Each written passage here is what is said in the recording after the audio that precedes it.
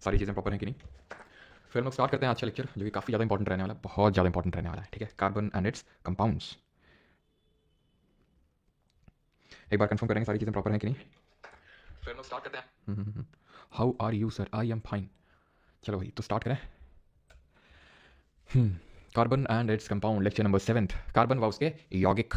ठीक है, तो हम कार्बन की अगर बात करें, सब क्लियर है। सर, बाल बच्चों के साथ संडे मनाने लगे क्या? आपको पाप लगेगा तो संडे के दिन भी क्लास ले रहे हो। अच्छा, क्योंकि अगर हम संडे को क्लास लेते हैं तो फिर मंडे को छुट्टी करते हैं, इसलिए पाप जो है न्यूट्रलाइज हो जाएगा मेरा, है ना। चलो तो स्टार्ट करते हैं। सबसे पहले कार्बन कितना प्रेजेंट है हमारे अर्थ की क्रस्ट में और हमारे एटमॉस्फेयर में। तो एटमॉस्फेयर तो हम लोग पढ़ चुके हैं, 0.036% है हमारे एटमॉस्फेयर में। वहीं अगर हम अर्थ की क्रस्ट में बात करें तो हमारे अर्थ की क्रस्ट में जो पाया जाता है amount of carbon, that is 0.025%। ठीक है, कितना क्रस्ट पाया जाता है? 0.025%।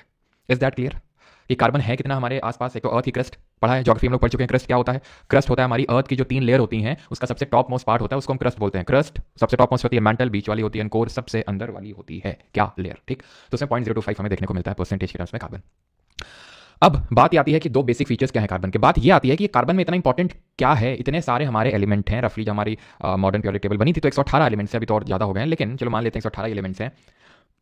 अब ये जो 118 एलिमेंट्स हैं, इनमें ऐसा कार्बन में ऐसा क्या है जो बाकियों में नहीं है? कुछ तो होगा कार्बन के पास जो बाकियों के पास नहीं होगा। तो एक्चुअल में कार्बन के पास दो चीजें हैं। एक तो कैटिनेशन पहला है, कैटिनेशन को हिंदी में श्रृंखलन बोलते हैं। ये वो यूनिक एबिलिटी है कार्बन की जहां पर वो अपने ही भाई बंधुओं के साथ यानी कार्बन के साथ लंबी लंबी चेन्स बना लेता है बॉन्डिंग करके। ठीक है, तो उसको हम बोलते हैं क्या? उसको हम बोलते हैं catenation. No other element exhibit catenation property as much as carbon. What is the reason? Reason क्या है कि बाकी लोग क्यों कैटिनेशन की प्रॉपर्टी नहीं एग्जिबिट कर पाते हैं? तो उसके पीछे का रीजन है, दो रीजन है उसके भी। वो है कार्बन का, अगर आप इलेक्ट्रॉनिक कॉन्फिगरेशन देखें तो कार्बन का एटॉमिक नंबर कमेंट करके जल्दी सभी लोग बताएंगे। ये जो यहां पर लिखा हुआ है ये 12 इसका एटॉमिक मास है। एटॉमिक नंबर कितना होता है इसका? 6 होता है। तो इलेक्ट्रॉनिक कॉन्फिगरेशन कितना होगा? 2। पहली के शेल में आएंगे 2 इलेक्ट्रॉन्स, और के के बाद कौन सी शेल आती है? एल शेल, जिसमें कि 4 इलेक्ट्रॉन हो जाएंगे आपके, दैट इज 4। अब हमने तो ये पढ़ा था कि सबको अपना अट्ठा मारना होता है। अट्ठा मारना होता है मतलब अपनी ऑक्टेट कंप्लीट करनी होती है। अब ऑक्टेट कैसे कंप्लीट होती है? 8 इलेक्ट्रॉन्स आपको वैलेंस शेल में रखने होते हैं। अगर हैं तो आपको जीवन में और कुछ करने की जरूरत नहीं है। जैसे आपके पुश्तों से, मतलब आपके बाप दादाओं से आपको इतना मिला है कि आपको कुछ करने की जरूरत ही नहीं है। ये कौन सी फैमिली है? ये है हमारी फैमिली जिसमें हेमा, नेहा, करीना और ये जीती रहना आती है। Helium, neon, organ, krypton, xenon, radon. इनका पहले से ऑक्टेट कंप्लीट, इनको कुछ नहीं करना। लेकिन बाकी लोगों को तो करना पड़ेगा ना। सिर्फ एक ही ग्रुप तो है, सिर्फ कुछ ही लोग तो हैं हमारी सोसाइटी में, कुछ नहीं करना। बाकी सबको अपनी फाइट मारनी है, किसी को कम, किसी को ज्यादा, किसी को देना है, किसी को लेना है। अब हमने ये पढ़ा था कि जैसे फॉर एग्जाम्पल किसी के वैलेंस शेल में 1 इलेक्ट्रॉन है, 2 इलेक्ट्रॉन है, 3 इलेक्ट्रॉन है, तो वो दे देता है क्योंकि उसके लिए देना आसान है। जिसके पास 5 है, जिसके पास 6 है, जिसके पास 7 है, तो वो ले लेता है। ये 1 दे देगा, 2 दे देगा, 3 दे देगा।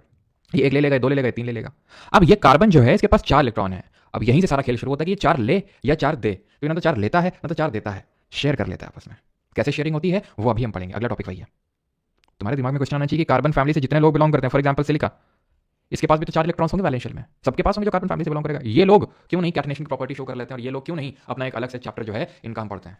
क्योंकि एक्चुअल में ठीक है इनके पास तो है 4, वो बात सही है, तभी मैंने बोला कैटिनेशन की प्रॉपर्टी शो करता है। इसके दो रीजन है, तो ये रीजन है। दूसरा ये है कि इसका जो साइज है वो छोटा है, क्योंकि आपको पता है ऊपर से नीचे जाने में किसी एक ग्रुप में top to bottom atomic size increase होता है, यानी ऊपर कम होगा, धीरे धीरे नीचे बढ़ता जाएगा। तो साइज जो है कार्बन का वो छोटा होता है। तो इसकी वजह से क्या होता है, जब छोटा आदमी होता है ना वो कहीं भी घुस जाता है, दिक्कत बड़े वाले को होती है। तो कार्बन छोटा है, कहीं भी तुरंत घुस, इधर उधर उधर करके घुस के अपना बॉन्डिंग वॉन्डिंग बना के कैटिनेशन दिखा देता है। और बॉन्डिंग किस तरह की दिखाता है? जहां पर ये 4 बॉन्ड बनाता है with other atoms of carbon और अदर मोनोवेलेंट एलिमेंट्स, जिसको हम टेट्रावैलेंसी बोलते हैं। अभी सारा है क्या लफड़ा, मैं आपको समझाता हूं। बॉन्डिंग इन कार्बन, अभी मैंने आपको बताया कि सर जो कार्बन होता है, जो कार्बन होता है ना, ये क्या करता है, ये इलेक्ट्रॉन्स इसके पास कितने हैं? 4 हैं, 1 2 3 4। ठीक है, 4 इलेक्ट्रॉन्स हो गए इसके वैलेंस शेल में, 4 इलेक्ट्रॉन्स। ये क्या मैंने ड्रॉ किया? इसका लुईस डॉट स्ट्रक्चर। मैंने आपको पहले पढ़ाया था इसको, लुईस डॉट स्ट्रक्चर के बारे में, तो ये मैंने ड्रॉ कर दिया इसका लुईस डॉट स्ट्रक्चर। अब इसको क्या चाहिए? अब इसको ऐसे 4, मतलब इसको बस 4 इलेक्ट्रॉन चाहिए और अपनी ऑक्टेट कंप्लीट करने के लिए। ये ना तो देगा ना तो लेगा, ये शेयर करेगा। किसके साथ? किसी के साथ भी कर सकता है। फॉर एग्जाम्पल मैंने ले लिया ऑक्सीजन, मैंने ले लिया ऑक्सीजन, ठीक है। अब जब मैंने ऑक्सीजन लिया तो ऑक्सीजन का एटॉमिक नंबर 8 होता है, तभी इसीलिए पीरियोडिक टेबल पहले पढ़ाए थे ताकि बार बार आपको ना बताना पड़े। इसमें 8 इलेक्ट्रॉन होते हैं, इसका इलेक्ट्रॉनिक कॉन्फिगरेशन 2,6 होगा ऑक्सीजन का। 6 इसके वैलेंस शेल में इलेक्ट्रॉन, 2 2 4 और 2 6। इसको तो जितने भी इलेक्ट्रॉन इसको क्रॉस करके आप नोट कर दो, सो दैट हमें पता हो कि किसके इलेक्ट्रॉन्स को किससे दर्शाया गया। तो यहाँ पर इसके 6 इलेक्ट्रॉन वो हमने ड्रॉ कर दिया। अब होगा क्या कि इसको चाहिए 2 और इलेक्ट्रॉन, इसको चाहिए 2 और इलेक्ट्रॉन, कार्बन को चाहिए 4 और इलेक्ट्रॉन। तो क्या होगा, कार्बन क्या करेगा, 2 इससे उठाएगा, 2 इससे उठाएगा, हो गया इसका 8 पूरा, हो गया इसकी ऑक्टेट कंप्लीट। और ऑक्सीजन की ऑक्टेट कैसे कंप्लीट हुई? जब इसको चाहिए होंगे तो ये 2 कार्बन से ले लेगा, जब इस वाले को चाहिए होगा तो ये इधर 2 कार्बन से ले लेगा। तो ये क्या बन जाएगा, CO2, यानी कि कार्बन डाइऑक्साइड। क्या समझे? ऐसे ही मान लेते हैं कार्बन की बॉन्डिंग हाइड्रोजन के साथ। हाइड्रोजन को क्या है भाई, हाइड्रोजन को चाहिए कि उसको 1 इलेक्ट्रॉन है उसकी वैलेंस शेल में, सभी को पता है उसकी वैलेंस शेल में 1 इलेक्ट्रॉन है, 1 1 1। कार्बन भैया के पास क्या है, 4 4 पड़े हुए हैं, चारों को इधर उधर करके दिखा देते हैं ऐसे करके। चारों को चारों दिशाओं में बना देते हैं, क्योंकि हर एक हाइड्रोजन को सेटिस्फाई करेंगे ये, हर हाइड्रोजन को सेटिस्फाई करना है कार्बन को। तो जब चाहिए होगा हाइड्रोजन को अपनी ऑक्टेट कंप्लीट करने के लिए, नहीं अपनी डुएट कंप्लीट करने के लिए, याद करो हाइड्रोजन और हीलियम को अपनी डुएट कंप्लीट करने होती है, यानी कि मतलब अगर आपके पास सिर्फ के शेल है तो के शेल को तरप्ती सिर्फ 2 इलेक्ट्रॉन से ही मिल जाती है, उसको अट्ठक नहीं दुक्की में ही उसका काम चल जाता है। तो यानी कि ये इधर से ले लेगा, ये इधर से ले लेगा, ये इधर से ले लेगा, ये इधर से ले लेगा, और कार्बन को जब चाहिए होगा तो चारों से एक एक लपेट लेगा, चारों से एक एक लपेट लेगा, ऐसे करके चारों से एक एक लपेट लेगा। यहाँ पर मैंने ड्रॉ नहीं किया इसका, ठीक है। ड्राइंग भले मेरी अच्छी ना हो, लेकिन भावनाएं मैं आप तक पहुंचाने में मुझे लगता है कि समर्थ हूं मैं आपको, ठीक है। भावनाएं आप समझ पा रहे होंगे मेरी कि यहां पर क्या होगा, यहां पर बॉन्डिंग बन जाएगी इनके बीच में, लेकिन ये जो बॉन्डिंग होगी ये क्या ट्रांसफर ऑफ इलेक्ट्रॉन्स की वजह से बनी? ना ना ना ना, ये बनी शेयरिंग ऑफ इलेक्ट्रॉन्स की वजह से, इलेक्ट्रॉन्स की शेयरिंग हुई, और ऐसी बॉन्डिंग को बोलते हैं कोवैलेंट बॉन्डिंग, ठीक है। जो ट्रांसफर की वजह से बनती है उसको क्या बोलते हैं? ये मेटल नॉन मेटल चैप्टर में पढ़ चुके हैं, जल्दी से कमेंट करके बताइए। तो ये जो होता है कोवैलेंट बॉन्ड, ये वीक बॉन्ड होता है। जो ट्रांसफर ऑफ इलेक्ट्रॉन्स से बनता है, जो मैं आपको पहले मेटल नॉन मेटल में समझा चुका हूं, वो एक स्ट्रॉन्ग बॉन्ड बनता है, बिकॉज वहां पूरा इलेक्ट्रॉन का आदान प्रदान हो रहा है, सोडियम को एक देना है, क्लोरीन को एक लेना है, तगड़ा बॉन्ड बनेगा। यहां पर वीक बॉन्ड बनेगा, तो इसलिए इनका जो बॉइलिंग पॉइंट और जो मेल्टिंग पॉइंट होगा एज कंपेयर टू जो हमारे इलेक्ट्रोवैलेंट या आयनिक कंपाउंड होते हैं, इनका उनके कंपैरिजन में वीक होगा। और यहां पर आप देख रहे हैं कि डबल बॉन्ड बन रहा है, सिंगल बॉन्ड बन रहा है, ये होती है टेट्रावैलेंसी। टेट्रावैलेंसी का मतलब होता है 4 बॉन्ड बनाता है कार्बन हमेशा, 1 2 3 4, और हर एक बॉन्ड के एंड्स में छोरों में एक एक इलेक्ट्रॉन लगा हुआ है, यानी कि 8 इलेक्ट्रॉन्स कार्बन के कंप्लीट हो गए। हर एक बॉन्ड, जब भी कोई बॉन्ड बनाया जाता है उसका मतलब होता है उसके एंड्स में एक एक इलेक्ट्रॉन लगा हुआ है। क्या आपको बॉन्डिंग समझ में आई या नहीं आई? ऐसा नहीं है कि कार्बन में ही, कार्बन और उसके कंपाउंड्स में ही, ठीक है, कार्बन और उसके कंपाउंड्स में ही सिर्फ, एक सेकेंड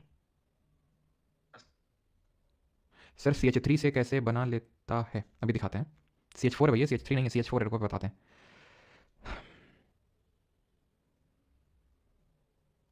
सर एक दिन के लिए छोड़ दिया करो क्लास, बेटा अभी 3 दिन छुट्टी थी बीच में, इसलिए संडे को क्लास है, एक दिन छोड़ दिया करो। बस संडे का मतलब दिमाग में बिठा के रखा है कि छुट्टी।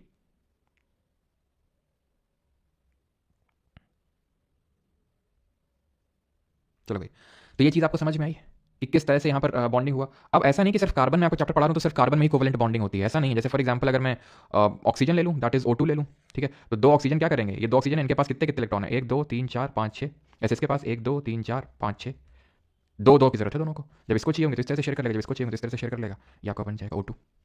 तो इस तरह से यहाँ पर बॉन्डिंग होती है।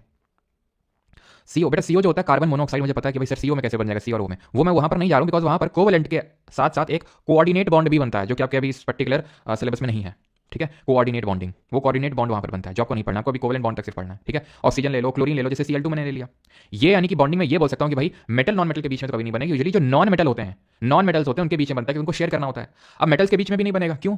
क्योंकि उनको इलेक्ट्रॉन देना है, वो क्यों शेयर करेंगे कि भाई आ जाओ शेयर कर लेते हैं। शेयर तो तब की जाती है चीजें जब किसी चीज की कमी होती है, तभी तो आप शेयर करते हो। कमी किसके पास होती है इलेक्ट्रॉन्स की? नॉन मेटल्स के पास, मेटल्स के पास तो होती नहीं है। तो क्लोरीन में आप देख लो, क्लोरीन क्लोरीन कितने इलेक्ट्रॉन होते हैं, 2 2 4 2 6 1 7 7 होते हैं वैलेंशियल में। ये बताने की जरूरत होनी ना चाहिए, एक एक इलेक्ट्रॉन जो उनकी शेयरिंग हो जाएगी, एक जब इसको चाहिए तो ये ले लेगा, जब इसको चाहिए तो ये ले लेगा, Cl2 खत्म। अब क्योंकि एक एक इलेक्ट्रॉन की शेयरिंग हो रही है तो इस तरह से बॉन्डिंग हो जाएगी, एक बॉन्ड बनेगा। आई होप बॉन्डिंग आप समझ पाएंगे। अब है क्या दिक्कत ऑक्सीजन क्लोरीन के साथ? ये लंबी चेन नहीं बना सकते हैं, carbon carbon carbon carbon carbon, कितने कार्बन आप जोड़ते चले जाओ। यही तो कारण है कि हर चीज में कार्बन, ये जो लैपटॉप जिसमें पढ़ा रहा हूँ वो कार्बन है, माइक जो रखा हुआ सामने कार्बन है, पेंटा कार्बन है, हमें खुद कार्बन है, ठीक है, हर चीज में कार्बन है, किसमें कार्बन नहीं है? तो इतना यूनिवर्सल है, क्यों? विकैटिनेशन की प्रॉपर्टी शो कर लेता है। क्यों कर लेता हूं? मैंने आपको बताया, क्योंकि वो उसका तो 4 वैलेंस इलेक्ट्रॉन्स हैं और ऊपर से उसका साइज छोटा है, ठीक। अब क्योंकि कार्बन इतनी सारी चीजों में मौजूद है, और कार्बन जो है वो अलग अलग तरह से क्या कर लेता है, खुद को मोड़ लेता है, खुद की बॉन्डिंग कर लेता है, इसलिए इसके हमें अलग अलग रूप देखने को मिलते हैं। और यहीं से हम पढ़ेंगे कार्बन के अपरूप, that is allotropes of carbon. कितने एलोट्रोप्स होते हैं कार्बन के? 3, डायमंड, ग्रेफाइट और फुलरिंग। नहीं, बहुत होते हैं, अनेकों एलोट्रोप्स होते हैं, लेकिन हमें पढ़ना 3 के बारे में होता है, एक और हम एक्स्ट्रा पढ़ लेंगे यहाँ पर, ठीक है। तो allotropy is the property of some chemical element to exist in 2 और more different forms in the same physical state known as allotropes of the elements, ठीक है। तो यहाँ पर हम डायमंड, ग्रेफाइट और फुलरिन के बारे में पढ़ेंगे। तो डायमंड का जो होता है वो एक 3D टेट्राहेड्रल स्ट्रक्चर होता है। कैसा स्ट्रक्चर? टेट्राहेड्रल है। हाइब्रिडाइजेशन sp3 होता है, हाइब्रिडाइजेशन का भी नहीं जा रहा हूं मैं, ठीक है, बस ध्यान रखना sp3 हाइब्रिडाइजेशन होता है।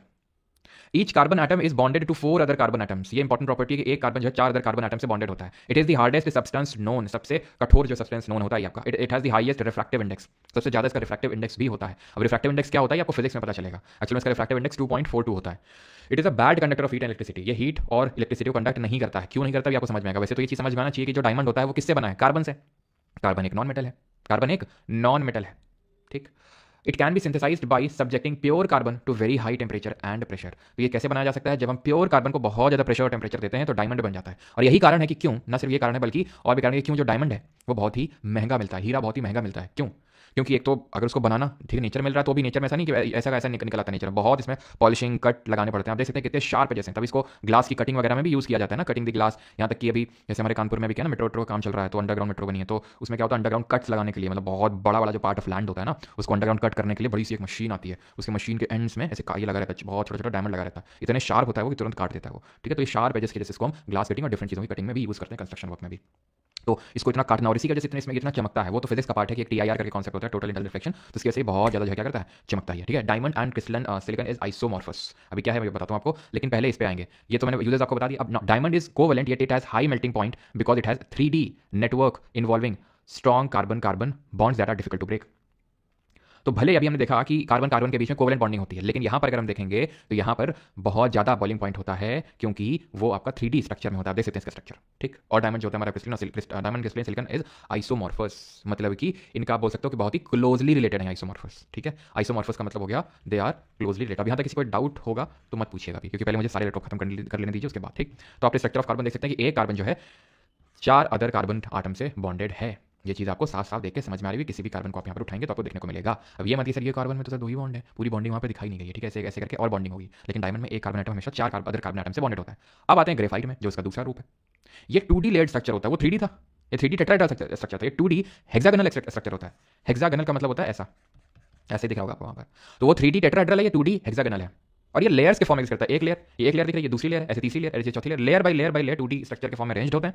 और ये लेयरों के बीच में ये जो लाइन दिख रही है, ये फोर्स है एक तरह का, जो वीक वॉन्डर वॉल फोर्स है। ये वीक फोर्स होता है बहुत ही, van der Waals force weak force होता है, जो कि डिफरेंट लेयर्स ऑफ ग्रेफाइट में एग्जिस्ट करता है। एंड दैट इज वाई ये ग्रेफाइट जो होता है ये स्लिपरी होता है, चिकना होता है, और इसी की वजह से इसको हम लुब्रिकेंट्स वगैरह में यूज करते हैं, जहां पे लुब्रिकेशन देना होता है। Now it is a good conductor of heat and electricity. ये हीट और इलेक्ट्रिसिटी का गुड कंडक्टर है। सर अभी तो आपने बताया कि डायमंड गुड बैड कंडक्टर था, क्योंकि कार्बन से बना है, कार्बन नॉन मेटल है। ये भी तो कार्बन से बना है, ठीक है। कार्बन के अलावा और कुछ नहीं है, ना तो डायमंड में ना तो ग्रेफाइट में, कुछ भी नहीं है। ऐसा नहीं हाइड्रोजन हाइड्रोजन कुछ लगना ना, कैटनेशन की प्रॉपर्टी है पूरा, कार्बन कार्बन कार्बन कार्बन। तो ये क्यों कंडक्ट कर इलेक्ट्रिसिटी? क्योंकि यहां पर एक carbon atom 3 other carbon atom से बॉन्डेड है, और एक कार्बन एटम फ्री है, और इलेक्ट्रिसिटी को कंडक्ट करवाने के लिए हमें फ्री इलेक्ट्रॉन की नीड होती है। तो बस फ्री इलेक्ट्रॉन मिल जाता है और इलेक्ट्रिसिटी यहां पर कंडक्ट हो जाती है। क्लियर, ठीक।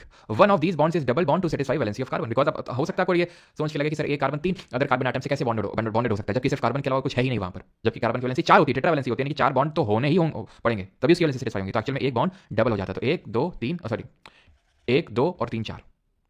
क्लियर है, इनमें से एक बॉन्ड जो होगा वो डबल बॉन्ड हो जाएगा, ठीक है। अभी आते हैं यूजेस ऑफ ग्रेफाइट में। इन मेकिंग इलेक्ट्रोड बनाने में यूज करते हैं, आपने देखे होगा इलेक्ट्रोड वगैरह में, ठीक है। पेंसिल की जो लीड होती है उसमें है ना, जो टिप होती है उसकी, उसमें यूज करते हैं, ठीक है। बोलते भले उसको हम, ठीक है, पेंसिल लेड का मतलब यहाँ पर लेड वो वाला मत समझ लेना, ये पीबी ये नहीं, ठीक है। ग्रेफाइट यूज होता है जो कार्बन इलेक्ट्रोड है, ड्राई लुब्रिकेंट यानी सूखे लुब्रिकेंट के तौर पर यूज करते हैं, जहाँ पे ऑयल वगैरह यूज नहीं किया जा सकता वहाँ पे यूज करते हैं। क्लियर रहती चीज़। अब आते हैं फुलरीन पे, जिसको बक मिस्टर फुलरीन भी बोलते हैं। ये फुटबॉल शेप का होता है। कौन कैसा शेप होता है इसका? फुटबॉल शेप होता है, केज लाइक मॉलिक्यूल होता है फुटबॉल शेप। इसमें कार्बन के 60 एटम आके खुद को इस केज लाइक स्ट्रक्चर में अरेंज कर लेते हैं, और इसको बोलते हैं buckminsterfullerene. It contains both single and double bond with other 3 carbon atoms. 12 pentagons and 20 hexagonal rings होती हैं इसमें, एंड ये सबको याद नहीं करना, ठीक है। It is one of the purest form of carbon, ये चीज़ ध्यान रखना। और ये काफ़ी स्ट्रॉन्ग भी होता है, ठीक है, ये काफ़ी स्ट्रॉन्ग भी होता है ये। अब आते हैं एक और देख लेते हैं, दैट इज ग्रेफीन। ग्रेफीन क्या होता है? इसका भी 2D स्ट्रक्चर टाइप ही होता है, और ये बहुत थिन होता है, extremely thin, not very thin, extremely thin and extremely strong, ठीक है। मैचिंग में पूछ लेता है आपसे, ठीक है, इनमें से कौन सा बहुत थिन एलिट्रोप होता है और बहुत स्ट्रॉन्ग होता है। जैसे डायमंड की अगर बात करेंगे तो जो diamond it is the hardest natural substance known, hardest natural substance known. लेकिन क्या, लेकिन ये कि जो ग्रेफीन होता है उससे भी हार्ड होता है, लेकिन ये नेचुरल अकरिंग नहीं होता है, इसको प्रिपेयर किया जाता है। यहां तक किसी को डाउट होगा तो पूछेगा।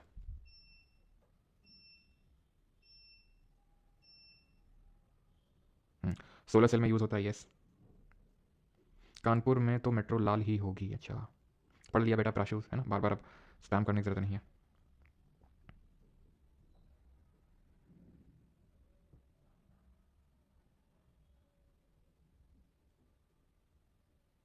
सर ग्रेफाइट वो वाले लुब्रिकेंट, वो वाला लुब्रिकेंट कौन सा होता है भाई? सफिशिएंट तो नहीं है राहुल फिटनेस यूपीएससी प्रीलिम्स के लिए पॉलिटी, लेकिन हाँ आपके बेसिक्स काफ़ी तगड़े कर देगा। काफ़ी सारे क्वेश्चन इस बार के तो जो हुआ था ना सिविल सर्विसेज का पेपर, उसके तो में सारी क्वेश्चन बना सकते हो। कई बार वो डिफिकल्ट भी पूछ लेता है। नहीं, कटिंग में यूज़ नहीं होता है, जहाँ पर बहुत ज़्यादा स्ट्रेंथ प्रोवाइड करनी होती है वहाँ पे। लुब्रिकेंट मतलब भाई लुब्रिकेंट नहीं पता क्या तुम लोगों को? क्यों? लुब्रिकेंट का मतलब होता है जहाँ भी चीज़ें चिकनी करनी होती है, जैसे मशीन होती हैं, तो मशीन के पार्ट जो होते हैं वो काफ़ी चले रफ हो जाते हैं, तो ग्रीस वगैरह का कभी देखो, ग्रीस लगा दिया, साइकिल की चेन जब उतर जाती थी, है ना, तो ग्रीस लगा देते थे सो दैट अच्छे से चले, तो वही तो लुब्रिकेंट होता है। ग्रीस हो गया आपका, वो जो मूवमेंट को फैसिलिटेट करे, बायोलॉजी में पढ़ाया था, ठीक है, कि जो हमारे जॉइंट्स होते हैं उनके बीच में से साइनोवियल फ्लूइड होता है हमारे बोन्स के बीच में, जो एज अ लिब्रिकेंट एक्ट करता है, जब हम धीरे धीरे एजेड होने लगते हैं तो वो गायब होने लगता है, और इसी की वजह से बहुत ज़्यादा फिर दिक्कत होती है बैठने वगैरह में हमें बुढ़ापे में। क्यों दिक्कत होती है बूढ़े लोगों को? क्योंकि जो लिब्रिकेंट होता है बोन्स के बीच में वो खत्म होने लगता है साइनोवियल फ्लूइड। खैर, अभी आते हैं टाइप्स ऑफ हाइड्रोकार्बन। लेकिन सर हाइड्रोकार्बन क्या होता है? हाइड्रोकार्बन वो कंपाउंड होते हैं जो हाइड्रोजन और कार्बन से मिलकर बनते हैं, उनको हाइड्रोकार्बन बोला जाता है। दो तरह के होते हैं, एक वो जो अभी तृप्त नहीं हुए हैं अनसैचुरेटेड, एक वो जिनको पूरी तृप्ति मिल चुकी है संतृप्त। संतृप्त और असंतृप्त अंतर क्या होता है? सैचुरेटेड वो होते हैं जो सिंगल बॉन्डेड होते हैं, यानी उसमें सिर्फ सिंगल बॉन्ड, पूरी चेन में पूरे कंपाउंड में कहीं भी सिंगल बॉन्ड के अलावा कोई और तरह की बॉन्डिंग मतलब डबल या ट्रिपल बॉन्डिंग देखने को नहीं मिलेगी।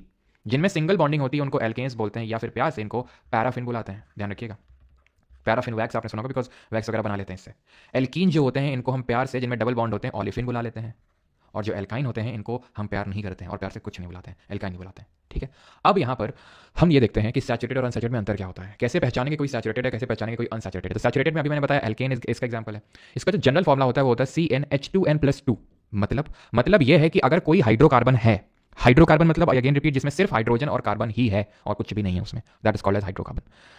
कार्बन हाइड्रोजन, तो एक ऐसा हाइड्रोकार्बन जिसमें number of hydrogen number of carbon का दुगना प्लस 2 है, दुगना प्लस 2। जैसे मान लो कार्बन 3 है किसी हाइड्रोकार्बन में और उसमें हाइड्रोजन है 8, दुगना प्लस 2, 3 दूनी 6 प्लस 2, उसको बोलते हैं एल्केन। और अगर दुगना है तो एल्कीन, दुगना -2 है तो एल्काइन। एल्केन है तो single bond ane ene ene इन आइन, ठीक है, क्लियर हो गया, कोई दिक्कत नहीं। सैचुरेटेड और अनसैचुरेटेड, सैचुरेटेड में एल्केन आता है, अनसैचुरेटेड में एल्कीन और एल्काइन आता है, डबल और ट्रिपल वाला आता है। ये बात आपको यहाँ तक क्लियर हो गई होगी। अब हम आएंगे, हम हाइड्रोकार्बन्स की नेमिंग किस तरह से करते हैं, ध्यान से समझना, नहीं तो फिर दिक्कत में पड़ जाओगे कि सर ये कैसे हो गया वो कैसे हो गया। यही बस थोड़ा सा पार्ट अभी जो आने वाला जो 10 मिनट है, थोड़ा सा आपको हो सकता है कि ज़्यादा टेंशन देनी पड़े, ठीक है, थोड़ा सा हो सकता है बोरिंग, वो आपके ऊपर डिपेंड करता है आप कैसे उसको लेते हो, लेकिन ये आप थोड़ा सा ध्यान रख लेना, बिकॉज कभी कभी क्वेश्चन आ जाता है नेमिंग पे, नहीं तो फिर आपको आगे की चीज़ें समझ में नहीं आएंगी। अब यहाँ पर हम नेमिंग किस तरह से करते हैं, तो प्रीफिक्स का यूज़ करते हैं पहले हम। प्रीफिक्स मतलब जो नाम के पहले जोड़ा जाता है, जैसे श्री रविशंकर, तो श्री रविशंकर नाम है और उसके पहले श्री जो जोड़ा गया वो क्या है, वो है उनका प्रीफिक्स। परमार सर, कानपुर वाले, जो कानपुर वाले जो जोड़ा गया ये क्या है, ये सफिक्स है, समझ आए? तो नाम के पहले जोड़ा जाता है प्रीफिक्स, नाम के बाद में जोड़ा जाता है सफिक्स, हम प्रीफिक्स की बात कर रहे हैं। अब एक अगर कार्बन है किसी हाइड्रोकार्बन में तो उसके लिए मिथ का यूज करेंगे, 2 है तो इत का यूज करेंगे, 3 है तो प्रॉप का, 4 है तो ब्यूट का, 5 है तो पेंट का, 6 है तो हेक्स का, 7 है तो हेप्ट, 8 है तो ऑक्ट, 9 है तो नॉन, 10 है तो डेक। आगे आगे भी है, 11 है तो अनडेकेन, 12 है तो डूडेकेन, 13 है तो ट्राइडेकेन, 14 है तो टेट्राडेकेन, 15 है तो पेंटाडेकेन, 16 है तो हेक्साडेकेन, 17 है तो हेप्टा, 18 है तो ऑक्टा, 19 है तो नोना, 20 है तो आइको। आगे बस बेटा, अब आगे नहीं बढ़ना और इस गाने को यहीं पर रोक देना है अभी। वैसे तो आपको ये रटे हुए होने चाहिए और आप में से काफी लोगों को आता भी होगा, नहीं आता होगा तो 1-2 मिनट देखोगे ढंग से तो आ जाएगा, कोई बड़ी बात नहीं है। यहाँ पे किससे पूछेगा, हाँ पेंटाडेकेन पता चल जाएगा, डेक का मतलब 10 और पेंट का मतलब 15, तो पूछेगा नहीं तुमसे, वो ये पूछेगा तुमसे ये जिससे कि समझ में ना आए कि कितने कार्बन एटम्स हैं, ठीक है, जिससे कि समझ में ना आए कि कितने कार्बन, जैसे आइकोसेन समझ नहीं आएगा यार, अगर नहीं पता होगा आप में से मैं गारंटी देकर कह सकता हूँ, तो तुम्हें सामने देख रहे हो, जब भले तुम 12 तक केमिस्ट्री अच्छे से पढ़ो, तुमने JEE की तैयारी करी हो, ठीक है, मैं हटा देता हूँ कॉमर्स मैंने 10th के बाद साइंस नहीं पढ़ी, मैं सिर्फ उन्हीं की बात कर रहा हूँ 12th केमिस्ट्री पढ़ी है। आप में से कितने लोगों को आता है आइकोसेन होता है 20, कितने लोगों को आता है? आप देख के भले बोल सकते हो कि हाँ नहीं हमें आता, लेकिन जनरली तो आप में से 80 to 90% लोगों को नहीं पता होगा, ठीक है, तो वो यही पूछेगा आपसे। 20 कार्बन लिख देगा, ऐसा नहीं लिख देगा 1 2 3 ऐसे लंबी लंबी चेन नहीं बना देगा, वैसे लिख देगा जैसे मान लो CH3 लिख देगा, CH2 का होल 18, ठीक है, CH3 कितने हो गए, 1 18 19 और 1 20, खत्म 20। तो आपको बताना वो क्या है, आइकोसेन। अब ठीक है, अब ये आइको ध्यान रखना, आइकोस नॉन ऑक्टाडेक, ठीक है, ये चीज़ आप ध्यान रखना। अब ये तो हो गया प्रीफिक्स, अब हम सफिक्स क्या इस्तेमाल करेंगे नाम के बाद। अगर ये जनरल फॉर्मूला को फॉलो कर रहा है तो एन यूज करेंगे, ये जनरल फॉर्मूला का फॉलो कर रहा है तो इन यूज करेंगे, और अगर ये जनरल फॉर्मूला को फॉलो कर रहा है तो आइन यूज करेंगे। एन इन आइन डिपेंड करता है जनरल फॉर्मूला क्या है, ठीक। कुछ लिखते हैं, आप बताना इसको क्या बोलेंगे, CH3 CH2 CH3, जल्दी से बताएंगे सभी लोग कमेंट में इसको मैं क्या बोलूंगा। फिर आप बताना, लो भैया चार्ज कर लो, नहीं तो ये सो जाएंगे जल्दी ही, सुबह सुबह का टाइम है, अभी सोने कहाँ गया ये चार्जर, अरे यार।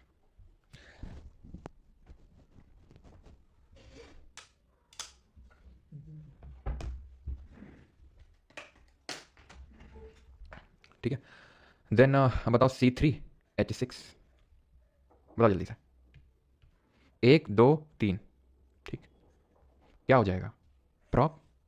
एन इन आइन में क्या यूज़ करूंगा, ये नहीं कि 3 2 5 3 8 C3H8 दुगना प्लस 2 मतलब एल्कीन, भैया दिख नहीं रहा तुमको, ये सिंगल बॉन्ड है ये, है एल्कीन एल्काइन में डबल ट्रिपल बॉन्ड होता है, एल्कीन में डबल और एल्काइन में ट्रिपल, तो गिनने की जरूरत नहीं, यहाँ पे गिन लो।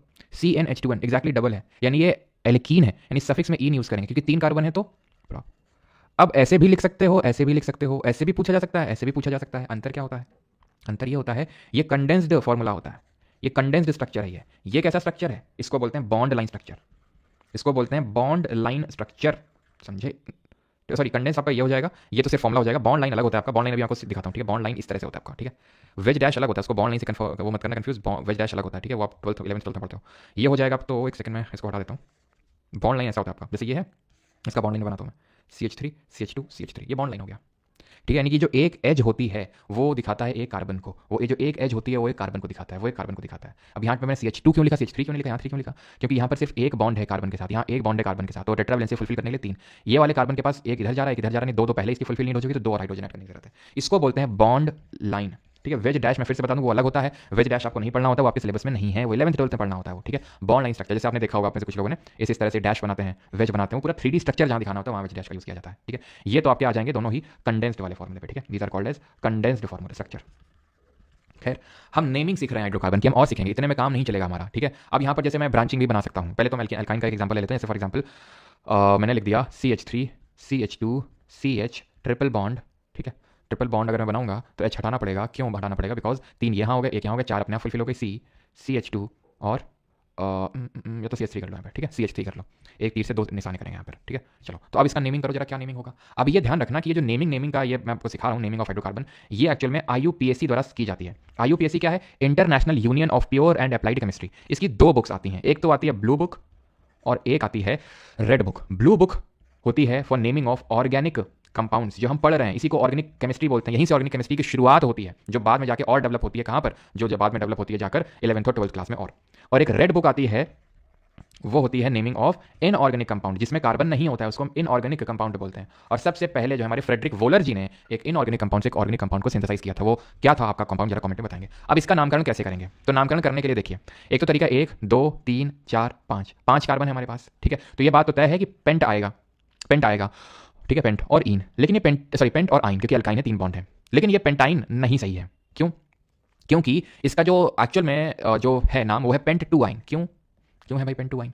क्योंकि अब आप मुझे बताओ, एक तो मैंने ये स्ट्रक्चर बना दिया, मैं ऐसे ही बना दूं CH3 CH2 और कितने 5 है ना, 1 2 3 4 5, हाँ तो 3 हो गए, और C ट्रिपल बॉन्ड CH, ठीक? सेम है, आप देख लो, सेम फॉर्मूला है, आपको देखने को मिलेगा। लेकिन फिर अंतर क्या है दोनों में? कहाँ अंतर आएगा? अंतर सर ये है कि यहाँ बीच में कहीं जाके ट्रिपल बॉन्ड लगा और यहाँ किनारे से लगा हुआ, तो कुछ तो अंतर होना चाहिए ना हमें। ये है पेंटाइन, लेकिन ये जो है ना, ये पेंट 2 आइन है। ये पेंट 2 आइन क्यों है? क्योंकि दूसरे नंबर पे लगा हुआ है ट्रिपल बॉन्ड। सर दूसरे कहाँ, तीसरे पे लगा हुआ है? यही तो गलत है। ऐसे हम नंबरिंग करते नहीं, मैंने जानबूझ के यहाँ से करी थी, सो दैट कि आप ये समझो कि जो मैंने लेफ्ट से नंबरिंग करी थी वो गलत है। क्यों? क्योंकि जहां पर कोई भी इस तरह का डबल ट्रिपल बॉन्ड लगा होता है, फिर कोई भी फंक्शनल ग्रुप लगा होता है, सर फंक्शनल ग्रुप क्या होता है आगे पढ़ेंगे अभी, तो उसको हमें नजदीकी पोजीशन देनी होती है। नजदीकी पोजीशन मतलब शॉर्ट से शॉर्ट, तो दूसरे यहाँ से दूसरे नंबर पे आ रहा है, जब यहाँ से नंबरिंग करेंगे तीसरे पे, तो हम दूसरे पे लेंगे, तो पेंट 2 पे आइन लगा हुआ है। अब हम यहीं कर लेते हैं ब्रांचिंग, जरा कर लेते हैं ब्रांचिंग, कर लेते हैं, शाखाएं बना लेते हैं, CH3 CH CH3 CH2 और CH3। अब इसका नाम क्या होगा? इसका नामकरण कैसे करेंगे? तो जब ब्रांचेस से निकली होती हैं, शाखा निकली होती हैं, अब हम कोई एक, तो हम सबसे लंबी वाली चेन लेते हैं, और जो ये मिथ इथ प्रेप ये सब यूज कर रहे हैं, इनको हम ध्यान रखना, रूट बोलते हैं। इनको क्या बोलते हैं? रूट। अगर पूछेगा रूट क्या होता है, तो रूट जो सबसे लंबी चेन जब बनाते हैं तो जो प्रीफिक्स यूज करते हैं, तो यहां पर आप देखिए ये सबसे लंबी चेन बनेगी, जिसमें 1 2 3 4 कार्बन है। चेन बनाने को तो मैं ये चेन भी बना सकता था ना, यहां जाता और ऊपर चढ़ जाता 1 2 3, लेकिन इसमें सिर्फ 3 कार्बन ही है, 3 कार्बन की चेन आ रही है, लेकिन मुझे सबसे लंबी लेनी होती, तो मैं यहां पर सीधा गया, यहां पर 4 कार्बन मेरे पास मिल रहे हैं, 4 कार्बन मुझको मिल रहे हैं, जिसमें ये लंबी वाली लूंगा। ये मत कर देना ये सर ऐसे करके कर लें, तो है ऐसे करके कर लें, तो ये CH3 भी ले लें, ये CH, इसका CH, ऐसा नहीं होता है, डब्बा वब्बा नहीं बनाना होता है, ये पूरा है टेढ़ा मेरा डब्बा नहीं बनेगा, सीधा सीधा डब्बा बनेगा, सीधा सीधा ये चेन्स बनती हैं, ऐसा नहीं कि इसको भी इसको भी खोप के में ले लो, ऐसा नहीं होता है, ठीक है? ऐसा नहीं होगा। तो ये आपकी बन गई सबसे लंबी चेन, लेने के बाद ये अलग से क्या हो गया, इसको बोलते हैं एल्काइल ग्रुप। ये ब्रांचिंग हो गई, शाखाएं निकल आई। अब शाखा कितनी बड़ी हो सकती है भी देखते हैं, ठीक है? तो एल्काइल ग्रुप होता है। अब अगर एक एल्काइल ग्रुप है तो इसको मिथाइल बोलते हैं, 2 हैं तो इथाइल बोलेंगे, 3 हैं तो प्रोपाइल बोलेंगे, और आगे आपको पता है क्या बोलेंगे, ब्यूटाइल और पेंटाइल। इतना लंबा वैसे पूछेगा भी नहीं आपसे। तो इसका फॉर्मूला क्या होगा? 2 मिथाइल।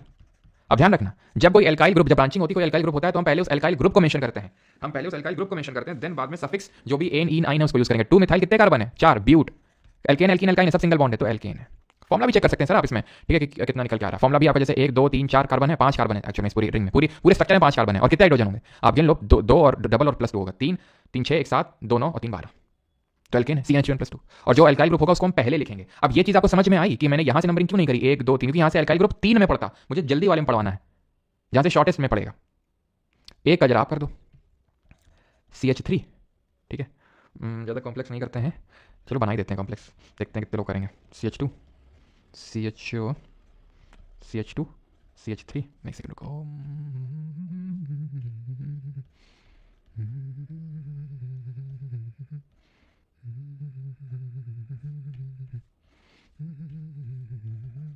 ये वाला करो जल्दी से एक, और दूसरा एक और दे रहा हूँ मैं।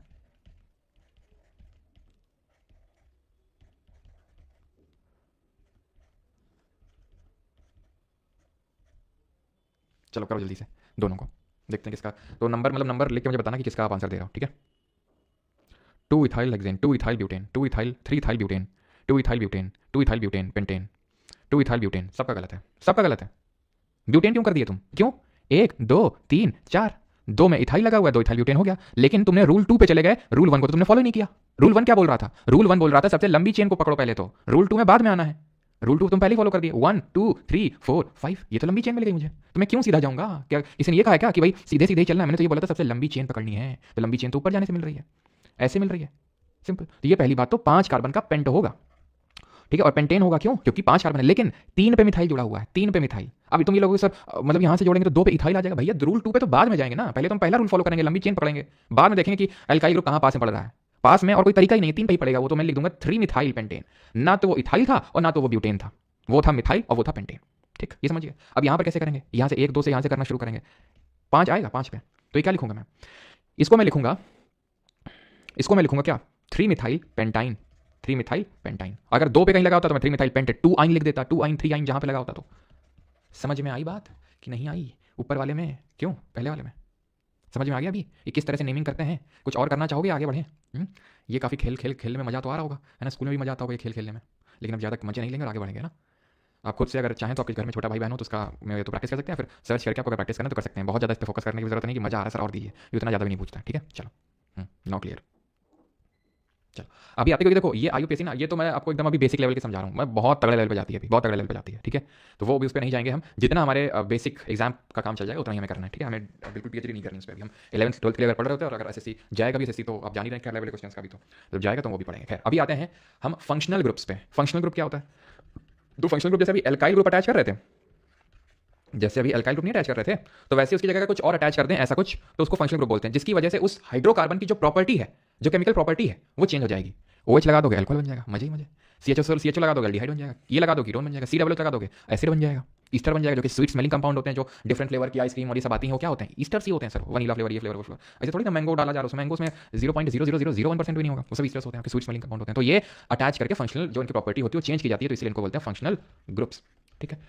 अब इनकी वजह से नामकरण कैसे बदलता है, जैसे ये देख लो, तो इनकी वजह से कि 1 2 कार्बन है तो मैंने लिखा एथ। अब मैंने क्या मैंने एक्चुअल में क्या किया, एक हाइड्रोजन को हटा के मैंने OH जोड़ दिया। अगर वो हाइड्रोजन ही रहता, OH ना होता तो क्या होता? ये एथेन होता, यही होता ना। तो अब मैं क्या कर दूंगा, एथेन ई हटा दूंगा बस, और उसकी जगह ऑल अटैच कर दूंगा। इसके लिए यूज करते हैं वर्ड ऑल, ठीक, इसके लिए वर्ड यूज करते हैं ऑल, इसके लिए यूज करते हैं अल। जैसे कि ये है आपका 1 2 कार्बन है, इथेन होता, लेकिन मैं क्या करूंगा, ई हटा के अल यूज कर दूंगा, एथेन नल को चलाओ पानी निकालो, ठीक है। कीटोन, इसमें हम यूज करते हैं ओन सफिक्स का यूज करते हैं, ओन सफिक्स का यूज करते हैं। 1 2 3 है, 1 2 3 है, ये जो ओन है ना कीटोन, ये 3 कार्बन के अलावा बन ही नहीं सकता, 3 कार्बन से कम में बन ही नहीं सकता, 2 कार्बन में बन ही नहीं सकता। जैसे 2 कार्बन में काम हो गया, तो यहाँ 2 कार्बन में काम नहीं बनेगा, क्यों? क्योंकि एक्चुअल में ये ऐसे बनता है, C डबल बॉन्ड O होता है। तो जब C डबल बॉन्ड O है, आसपास कार्बन लगे हुए होने चाहिए, आसपास कार्बन लगे हुए होने चाहिए। तो भाई मिनिमम जो शॉर्टेस्ट कीटोन पॉसिबल है वो प्रोपेनॉन है। 3 कार्बन है तो मैं लिखूंगा प्रोपेन लिखता मैं प्रोपेन, लेकिन क्या करूंगा, ई हटा के सफिक्स ओ नहीं इस्तेमाल कर दूंगा, तो प्रोपेनॉन। यहाँ पर क्या है, 1 2 है, तो ये इथेन होता इथेन, लेकिन ई हटा के क्या कर दूंगा, ओइक एसिड कर दूंगा, इथेन ओइक एसिड, ओइक होता है। इसके लिए ईस्टर क्या होगा, ये 1 2 3 है आपका, तो क्या हो जाएगा, इसको एसीटेट 8 यूज करते हैं यहाँ पर वर्ड, ठीक है। ये है ईथर, ये ईथर होते हैं। अब ईस्टर और ईथर में क्या अंतर होता है? ईस्टर जो होता है आपका COOR होता है, फंक्शनल ग्रुप जो होता है COOR होता है। यहां पर जो होता है ये इस तरह से होता है ROR। अब मुझे पता है कि पक्का आपके दिमाग में डाउट आ रहा होगा कि सर ये भी तो कीटोन भी तो ऐसे ही था, बीच में O लगा हुआ था, तो सर यहां पर जैसे ये है ना एसीटोन, तो इसका स्ट्रक्चर ये होगा कुछ, जहां पर कार्बन में लगा हुआ है डबल बॉन्ड, कार्बन में लगा हुआ ऑक्सीजन, यहां पर डायरेक्टली कार्बन से लगा सिंगल, ऐसे आप समझ लो, जैसे मान लो तो CH3C और CH2 लिख दूं, ठीक है। एक सेकंड, यहाँ पर चलो वैलेंसी बात फुलफिल कर लेंगे, ये हो गया आपका, ठीक है। सी इस तरह से वैलेंसी फुलफिल कर लो, CH2 CH3। तो आप देख रहे हैं कार्बन से ऑक्सीजन अटैच है, 2 कार्बन 1 O को जो है साथ में संभाल रहे हैं, 2 कार्बन जो है एक ही ऑक्सीजन से मजे ले रहे हैं। यहाँ पर 1 कार्बन अकेले मजे ले रहा है ऑक्सीजन के साथ, किसमें, कीटोन में। समझ में आई ये बात? समझ में आई ये बात कि नहीं आई? ठीक है। तो यहाँ पर सफिक्स मैंने बता दिया ऑल, अल, ऑन, ओइक, ठीक है, और यहाँ पे हम यूज़ करते हैं ओएट, ठीक है, या फिर एट सिंपल यूज़ कर लेते हैं जो ईस्टर्स होते हैं आप यहाँ पर देख पा रहे हैं, जैसे मिथाइल एसीटेट है, ठीक है, मिथाइल एसीटेट, तो ओएट हम यूज़ कर लेते हैं यहाँ पर जो सफिक्स होता है। और यहाँ पर यूजुअली हम यूज़ करते हैं क्या, प्रीफिक्स यूज़ करते हैं यहाँ पर डाई, ठीक है, जैसे डाई मिथाइल ईथर, कितने अल्काइल ग्रुप अटैच हैं ऑक्सीजन के एंड में, तो उससे हम इसके लिए प्रीफिक्स का यूज़ करते हैं डाई, ठीक है। यहाँ पर हम सफिक्स का यूज़ करके प्रीफिक्स यूज़ करते हैं, खैर छोड़ दो आप ये, ठीक है, क्लियर यहाँ तक फंक्शनल ग्रुप। अब ये होमोलॉगस सीरीज क्या चीज़ होती है? होमोलॉगस सीरीज वो सीरीज होती है जो सिर्फ CH2 से डिफर करती है, ठीक है। लंबा चौड़ा से लिखा हुआ दिमाग तुम्हारा भेजा गर्म हो रहा होगा कि होमोलॉग क्या CH2 से डिफर करती है। भेजा गर्म ना करो, नहीं कंटा में ठंडा कर देंगे। देखो गर्म करने की जरूरत नहीं, पानी पियो आराम से, ठंडा करो। देखो होता क्या CH2 का मतलब, जैसे ये है CH3 और ये CH3 है, इसका बड़ा भाई, इसका बड़ा भाई कौन होगा? बस बड़े भाई होते हैं, CH2 जोड़ते जाओ, बड़े भाई मिलते जाए, उनको होमोलॉगस सीरीज बोलेंगे। जैसे फॉर एग्जांपल ऐसा नहीं एल्केन बनता है, जैसे मान लो CH3 CH डबल बॉन्ड, तो 3 4, ठीक है, CH3, ठीक, CH3 कहीं भी CH2 और जोड़ दो। मैंने क्या किया, मैंने बस CH2 और ऐड कर दिया, एक और CH2 जोड़ दो, एक और CH2 को होमोलॉगस सीरीज बहुत आसान है। They differ by mass by 14 unit, मतलब कार्बन का एटॉमिक मास 12, इसका 1, तो 2 है, तो 2 14 मास से डिफर करेगा सब, यानी दोनों के मास में 14 का डिफरेंस होगा। बस CH2 जोड़ते जाओ किसी सीरीज में, वो आपका होमोलॉगस सीरीज बन जाएगा, as simple as that. Isomer क्या होते हैं? आइसोमर जैसे आइसोटोप, आइसोबार, आइसोटोन पढ़े थे। आइसोटोप क्या होते हैं? Same atomic number different atomic mass. Isobar same atomic mass different atomic number. Isotone same क्या, न्यूट्रॉन नंबर। तो आइसोमर में भी कुछ सेम होगा ना, सेम केमिकल फार्मूला लेकिन डिफरेंट स्ट्रक्चर। जैसे कि यहाँ पर आप देखिए सर, CH3 CH2 CH2 और CH3, ठीक। फार्मूला बताओ क्या होगा? ब्यूटेन है, कहीं डबल बॉन्ड तो दिख नहीं रहा, देख लो C4H10 आएगा, ठीक। क्या मैं इसको ऐसे लिख सकता हूँ? टेल मी गाइस, क्या मैं इसको ऐसे लिख सकता हूँ? अगेन आप पाओगे C4H10 है, लेकिन क्या इसका जो नेम है क्या वो सेम रहेगा? No no no no no, formula same है, केमिकल फार्मूला सेम है, नाम अलग हो जाएगा। ये क्या है? ये है ब्यूटेन। ये क्या है? ये है 1 2 3 2 मिथाइल प्रोपेन। फॉर्मूले में क्या कोई चेंज है क्या? नहीं। स्ट्रक्चर में क्या चेंज है? बिल्कुल चेंज है। नाम में क्या चेंज है? बिल्कुल चेंज है, ठीक है। मुझे बोला वो याद आ रहा है, कहाँ जगह है? बहुत जगह है, कहाँ जगह है? बहुत जगह है। ठीक है, तो CH3 CH2 CH2 CH3 क्या है? ये ब्यूटेन ही है, हम पेंटेन बनाएंगे, एक और कदम आगे बढ़ाएंगे, ठीक। अब इसके मैं कितने आइसोमर बना सकता हूँ? तो भैया CH3 बना लो, यहाँ CH रख लो, यहाँ पे CH3 जोड़ दो, CH2 कर लो, CH3 जोड़ दो, ठीक। यहाँ पर मैं ऐसे कर देता हूँ, ठीक है, CH3 CH और CH2 CH3 और यहाँ पर CH3, समझ आप? ये 2 मिथाइल 1 2 3 4 1 2 3 4 2 पे मिथाइल आ जाएगा, 1 2 3 1 2 3 4, ये तो सेम है खैर, ठीक है, ये सेम है। इसको मैं एक और इस तरह से बना सकता हूँ, रुकिएगा। इसका ऐसे बनेगा आइसोमर, चल जाओ भाई, CH3 C CH3 CH3 CH3 है तो अभी भी 5 कार्बन, लेकिन ये क्या है? 1 2 3 2 डाई मिथाइल, दो पे दो मिथाइल अटैच है, तो 2 डाई मिथाइल प्रोपेन। ये क्या है? 1 2 3 4 2 मिथाइल ब्यूटेन, है तो अभी भी वही फॉर्मूला। ये क्या है? ये है पेंटेन। कितने आइसोमर हो गए? 3। क्या और ही बन सकता है? सर पता नहीं, देखना पड़ेगा। नहीं बनेगा। कैसे पता आपको? हमें पता है। क्यों पता है? क्योंकि हमें पता है वो जो पता होना चाहिए। क्या पता है? हमें फार्मूला पता है। कौन सा फार्मूला? बता दें, बताओ। किसी भी मतलब इतना भी नहीं, लेकिन हाँ, आपसे अगर कभी उसने पूछ लिया कि इसके बताओ कितने आइसोमर बनेंगे, तो तुम बता पाओगे कि हाँ इतने आइसोमर बनेंगे। उसके लिए एक मैं तुम्हें टिरिक बता रहा हूँ। क्या बता दूँ? टिरिक, क्या टिरिक है वो? तो वो टिरिक है, तो इस फार्मूले का यूज करना। ये फार्मूला ये बोलता है 2 की पावर n-4, ठीक है, +1, 2 की पावर n-4 +1, ये है हमारी। ये n क्या है? Number of carbon. जैसे मैं आपसे बोलता हूँ ब्यूटेन, तो ब्यूटेन में कितने कार्बन थे? 4, यहाँ रखो 4, गणित तो आती होगी ना। 2, दूसरा इस कलर का इस्तेमाल करते हैं, रंग बिरंगा होना चाहिए भाई। 2 4 -4 +1, 4 -4 0। अब किसी भी नंबर की पावर 0 क्या होता है? 1 होता है। इतनी तो मैथ्स आती होगी ना। 2 आइसोमर बने, 2 आइसोमर बने थे, 2 आइसोमर बने थे। रुक जाइए, फोन आ रहा है किसी का, एक सेकंड।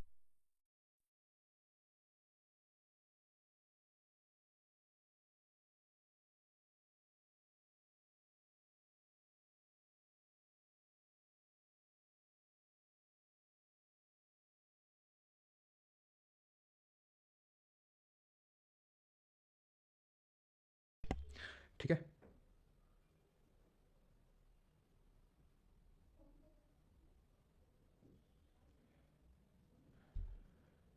चलो भाई, तो 2 हो गए इसका, ठीक है। वहीं अगर हम बात करें पेंटेन की, तो पेंटेन में हमने कितना देखा था? 3 आइसोमर बने थे। देखते हैं बनते कि नहीं, रखते हैं यहाँ पर 2, ठीक है। 2 5 -4 +1 कितना आएगा? 2 की पावर 1 +1, दैट मीन्स 3, है कि नहीं? 3 हमारे आइसोमर्स हैं। अब इसी तरह अगर मुझे हेक्सेन के निकालना, जरा बताइए हेक्सेन में कितने नंबर ऑफ आइसोमर बनेंगे? Number of isomer in hexane कितने बनेंगे? हेप्टेन, या तो यार रुको मैं एक एक्स्ट्रा यहाँ पर स्लाइड ऐड कर लेता हूँ, कीप, ठीक है। तो यहाँ पर हम लोग लिख लेते हैं थोड़ा सा ढंग से कि हेक्सेन में कितने बनेंगे, हेप्टेन में कितने बनेंगे, ऑक्टेन में कितने बनेंगे, नॉनेन में कितने बनेंगे, ठीक है। चलो, तो हेक्सेन में 2 की पावर 6 -1 कितना आ जाएगा? 2 की पावर 6, क्या लिख रहा हूँ मैं? 2 की पावर 6 -4 +1, ठीक है, +1, यही तो फॉर्मूला था, यानी 2 स्क्वायर +1। यहाँ पर 2 की पावर 7 माइनस 4 प्लस 1 यानी कि 2 क्यूब प्लस 1। यहाँ पर क्या होगा, यहाँ पर होगा 2 की power 8 minus 4 plus 1, that means 2 की पावर 4 प्लस 1। यहाँ पर क्या होगा 2 की power 9 minus 4 plus 1, that means 2 की पावर 5 प्लस 1। 2 दूनी 4 1 5 बनेंगे यहाँ पर आइसोमर। 2 दूनी 4 1, 2 दूनी 4 दूनी 8 1 9 यहाँ पर आइसोमर बनेंगे। अब यहाँ पर 2 दूनी 4 दूनी 8 दूनी 16 1 17, 17 प्लस 1 यानी 18 आइसोमर बनेंगे, मुझे पता है। ठीक है, रुक जाओ। यहाँ पर 2 की पावर 5 कितना होता है, तो 2 दूनी 4 दूनी 8 दूनी 16 दूनी 32, 32 प्लस 1 33, 33 प्लस 1। ठीक है, इस तरह से मैं लिखता हूँ 32 प्लस 1, यहाँ पर लिख देता हूँ नहीं तुम कंफ्यूज हो जाओगे। ठीक है, 16 प्लस 1 प्लस 1। ठीक है, यहाँ पर 32 प्लस 1 प्लस 2। थोड़ा एक्सेप्शन आप बोल सकते हो कि हेप्टेन तक तो ना होगा, लेकिन ऑक्टेन में आके आपको एक और ऐड करना होगा। एक्चुअली में 18 आइसोमर होते हैं ऑक्टेन के। नॉनेन के जो आइसोमर होते हैं वो 35 आइसोमर होते हैं, यानी कि 2 की पावर 4 16 हुआ था, 16 में एक जोड़ा था, ये फॉर्मूला पूरा हमारा ये था। इसके फॉर्मूले के अलावा हमें एक और जोड़ देना है। जब आप एक और स्टेप आगे बढ़ोगे यानी नॉनेन में आओगे तो फॉर्मूले में 2 और जोड़ देना है। अब लोग सर ये थोड़ा सा डिफिकल्ट हो रहा है, डिफिकल्ट हो रहा है तो बना के देख लो। ठीक है, अगर दिक्कत आ रही है तो बना के आप देख लो। 32 आइसोमर 35 आइसोमर बनाओ बैठ के, ठीक, और वहाँ पे आराम से एग्जाम में बैठना। पूरा इंग्लिश मैथ रीजनिंग सब छोड़ देना, जीके के भी सारे क्वेश्चन आइसोमर ही निकालना बैठ के तुम वहाँ पे। ठीक, क्लियर? हाँ, अगर तुमको लग रहा मजा नहीं है ना बेटा, कोई बात नहीं, तो तुम 35 आइसोमर बनाओ आराम से। ठीक है, क्लास अभी छोड़ो, आइसोमर ही बनाओ बैठ के, कोई दिक्कत वाली बात नहीं है ना। फार्मूला फेल हो गया तो फिर अगर तुम्हारे ऐसा लग रहा हो कि भाई जनरल फॉर्मूला बना सकते हैं तो इस पर आविष्कार किया जाए। ठीक है, जिसको भी दिक्कत आ रही है और आविष्कार करके अगर आपको कोई जनरल फॉर्मूला मिले, ये सब में एप्लीकेबल है, तो हमें भी बता दीजिएगा, अगली बार से वही पढ़ाई करेंगे। ठीक है, अभी तक तुम्हारी यही हाथ लगा है। ठीक है, और बाकी आपको अगर दिक्कत है फॉर्मूले से तो आप बना के आइसोमर देखिए, मजा आएगा उसमें, अलग ही आनंद आएगा। ठीक है, और जो लोग पूछ रहे हैं कि सर प्रोपेन में कितने आइसोमर बनेंगे, बेटा प्रोपेन में फॉर्मूला फेल नहीं होता, प्रोपेन आइसोमर ही नहीं बनेंगे, ये सीरीज स्टार्ट ही होती है ब्यूटेन से। अब तुम ये मत कर देना कि ये आपका जैसे CH3 CH2 और CH3 है तो सर इसका आइसोमर ये बन जाएगा कि हम इसमें CH3 और CH, हाँ, और ऐसे कर देंगे। बेटा बहुत मार खाओगे तुम। ठीक है, ऐसे नहीं चले जाएंगे। ठीक है, ब्यूटेन से ही आइसोमेरिज्म स्टार्ट होती है, प्रोपेन और इन सब में इथेन में नहीं बनती है। ठीक है, 2 3 कार्बन 2 कार्बन नहीं बनती है, 4 कार्बन चाहिए उसके लिए। अब आते हैं, अब ऑर्गेनिक कंपाउंड को फिर हम 2 पार्ट में डिवाइड कर रहे हैं। एक्चुअली में अभी जो हम देख रहे थे वो एलिफैटिक थे, जिनको ए साइक्लिक बोल रहे थे। कोई साइकिल बन रही थी क्या, एटलस की साइकिल या फिर किसी कोई साइकिल नहीं बन रही थी यहाँ पर। अब यहाँ साइकिल बनेगी। ठीक है, साइकिल क्या होता है, क्लोज्ड लूप बनता है, जहाँ पर क्लोज लूप कैसा भी बने, ऐसा बने ऐसा बने, क्लोज्ड बंद हो जाना चाहिए बस, वो बंद हो गया तो साइक्लिक, और खुला हुआ है तो वो ए साइक्लिक या फिर एलिफैटिक। साइक्लिक है तो इस तरह की साइकिल बनाएगा। ठीक है, अब होता क्या ना, ये जो CnH2n + 2 CnH2n CnH2n - 2 ये जो फॉर्मूले होते हैं एलिफैटिक के लिए एप्लीकेबल हैं, बस उसी तक याद रखना उसको। साइक्लिकल में ये फेल हो जाता है, तो मैं साइक्लिकल वाले में, साइक्लिक में अगर जैसे मान लो ये मेरा साइकिल फॉर्म, साइकिल बन रही है CH2 और CH2। ठीक है, तो ये आपका पता है क्या है, प्रोपेन है, क्योंकि यहाँ पर आपके 3 है और एक सिंगल बॉन्ड है यहाँ पर। अब क्योंकि साइकिल है तो इसको बोल देंगे साइक्लोप्रोपेन। लेकिन आप बोलोगे सर ये एल्केन है, एल्केन का फॉर्मूला तो CnH2n + 2 होता है, तो 3 इसमें कार्बन है, तो इसके हिसाब से तो 3 दूनी 6 2 8 होने चाहिए, लेकिन इसमें तो 6 हाइड्रोजन है। बिल्कुल, क्योंकि जब साइकिल आती है तो फॉर्मूला एल्केन एल्कीन और एल्काइन का चेंज हो जाता है। एल्केन एल्कीन और एल्काइन का जो फार्मूला है वो चेंज हो जाता है। यहाँ पर आ जाता है CnH2n, यहाँ आ जाता है CnH2n - 2, यहाँ आ जाता है CnH2n - 4। ये साइक्लिकल वाले फॉर्मूला आ जाता है। अब अगर इसी साइकिल में अगर डबल बॉन्ड होते हैं तो वो एरोमेटिक बन जाता है। एरोमेटिक क्या होता है, ठीक है, लेकिन उसको पढ़ाने से पहले आपको बताता हूं कि ये हीट्रोसाइक्लिक क्या होता है। हीट्रोसाइक्लिक वो होता है जब कार्बन की साइकिल में कोई और आके घुस जाए, कोई और एलिमेंट आके घुस जाए कार्बन की साइकिल में, तो उसको हम बोलते हैं हीट्रोसाइक्लिक कंपाउंड। समझ आया आपको? तो हीट्रोसाइक्लिक कुछ इंपॉर्टेंट है, जैसे कि अगर 4 कार्बन की तरह साइकिल हो तो उसमें ऑक्सीजन घुस जाए, फ्यूरेन, ये थायोफिन, ये पाइरोल, ये पिरिडीन, ये पिरिमिडीन, ठीक है, पिरिमिडीन, ये इमाडोजोल और ये ऑक्साडाइजोल। ठीक है, आप यहां तक याद कर लो, इतना ही काफी आपके लिए। ठीक है, पाइराजोल भी थोड़ा सा ध्यान रख लेना बस। ठीक है, क्यूनोलिन भी कभी कभी पूछ लेता है। ठीक है, तो ये जो पहला वाला है ना, पहला वाला जो ये आपका डब्बा में बना रहा हूँ ग्रीन से, पहली वाली जो पूरी लाइन है, ये आपको सारी हीट्रोसाइक्लिक अच्छे से याद होना चाहिए। डायरेक्टली वो बना देता है स्ट्रक्चर और पूछ लेता है पहचानो इनमें से कौन क्या है। तो ऑक्सीजन लगा तो फ्यूरेन, सल्फर लगा तो थायोफिन, NH नाइट्रोजन लगा है तो पाइरोल। नाइट्रोजन अगर 6 कार्बन की ये साइकिल में लगा हुआ है, सॉरी 5 कार्बन, या तो 5 कार्बन ना, मतलब 6 कार्बन होते अगर नाइट्रोजन ना होता तो, यहाँ पर 5 कार्बन होते अगर नाइट्रोजन ना होता तो। ठीक है, तो अगर ये 5 वाली पूरी साइकिल है तो नाइट्रोजन लगा तो पाइरोल, और अगर 6 वाली पूरी साइकिल है तो पिरिडीन, और अगर 2 नाइट्रोजन लगे तो पिरिमिडीन। ये चीज़ आप ध्यान में रखेंगे। कुछ और होते हैं ध्यान रखना, जैसे फॉर एग्जाम्पल ये मैंने ड्रॉ कर दिया, ये आपने पढ़ा होगा, हो सकता है कभी देखा हो आपने। ठीक है, ये एक बेंजीनॉइड कंपाउंड है। बेंजीनॉइड क्या होता है, तो सर एक्चुअल में होता क्या है ना कि अगर साइकिल में डबल बॉन्ड अगर हम घुसेड़ दें तो एरोमेटिक बन जाते हैं। एरोमेटिक का मतलब होता है उन्हें अरोमा देखने को मिलता है, यानी कि वो स्वीट, मतलब उसमें कोई ना कोई स्मेल आती है। ठीक है, स्वीट स्मेल होती है यूजुअली। तो एरोमेटिक कंपाउंड वो होते हैं जो जिनमें कि 4n+2 पाई इलेक्ट्रॉन्स होते हैं। ये पाई इलेक्ट्रॉन्स क्या चीज़ होते हैं, तो अभी जब हम पढ़ रहे थे single bond, double bond, triple bond, तो एक्चुअल में जो सिंगल बॉन्ड होता है वो एक सिग्मा बॉन्ड से बना होता है। ये जो डबल बॉन्ड होता है उसमें एक सिग्मा और एक पाई बॉन्ड होता है। जब ट्रिपल बॉन्ड होता है तो उसमें एक सिग्मा और 2 पाई बॉन्ड होते हैं। तो अगर इसमें किसी एरोमेटिक, किसी एक साइक्लिकल कंपाउंड में इतने नंबर ऑफ पाई इलेक्ट्रॉन्स हैं, 4n+2 n number of carbon, तो उसको बोलते हैं एरोमेटिक। ऐसा एरिक हकल जी ने बोला था। ये रूल ध्यान रखना, एरिक हकल्स रूल। उन्होंने बोला था कि अगर इतने नंबर ऑफ पाई इलेक्ट्रॉन्स होंगे तो एरोमेटिक कंपाउंड होगा। जैसे बेंजीन हमारा सबसे सिंपल एरोमेटिक, यहाँ पर अगर हम देखें तो कंपाउंड है। ठीक है, अब इसी में अगर हम कुछ और लगा दें इधर उधर से, इधर उधर जैसे CH3 लगाया तो इसका कॉमन नेम हो जाएगा टॉलिन। तो ये क्या है, बेंजीनॉइड एरोमेटिक कंपाउंड है, क्योंकि बेंजीन रिंग एक उसमें देखने को मिल रही है। तो बेंजीनॉइड एरोमेटिक कंपाउंड हो जाएगा और इसमें CH3 अटैच एक methyl group, that is toluene. ठीक है, ये क्या है आपकी टॉलीन है जो आपको यहाँ पर दिख रहा है। क्लियर यहाँ तक सभी को? हीट्रोसाइक्लिक, साइक्लिकल वाला सब कुछ समझ में आया? जितना समझना था उतना ही मैं बता रहा हूँ, नहीं तो पढ़ाने को बहुत सारी चीज़ें यहाँ पर। बाउंस हो रहा है 8 से बटा अंशुमन, तो हम उसके रिगार्डिंग कुछ नहीं कर सकते हैं। ठीक है, अभी तो ये आप समझ लो कि मैं बहुत ज़्यादा डेप्थ में भी नहीं घुसा हूँ, जितना नीडेड है उतना ही बता रहा हूँ आपको। ठीक है, यस। अब यहाँ पर जो है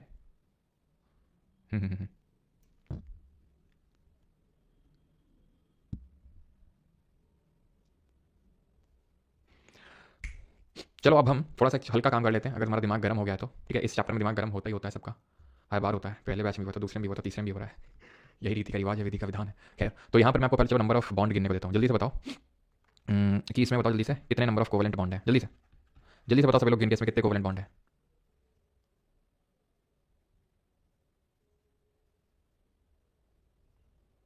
ठीक है, जल्दी से CH3 CH number of covalent bond बताने हैं जल्दी से गिन गिन के। ये क्या है, बॉन्ड लाइन स्ट्रक्चर है ये। ठीक है, इसमें बताओ,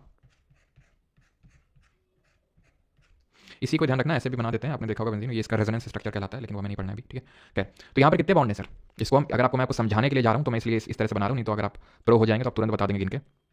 इस पूरे को मैं से खोल सकता हूँ, पूरा मैंने खोल दिया इसको। ठीक है, पूरा मैंने खोल दिया इसको, अब बताओ गिन के कितने हैं।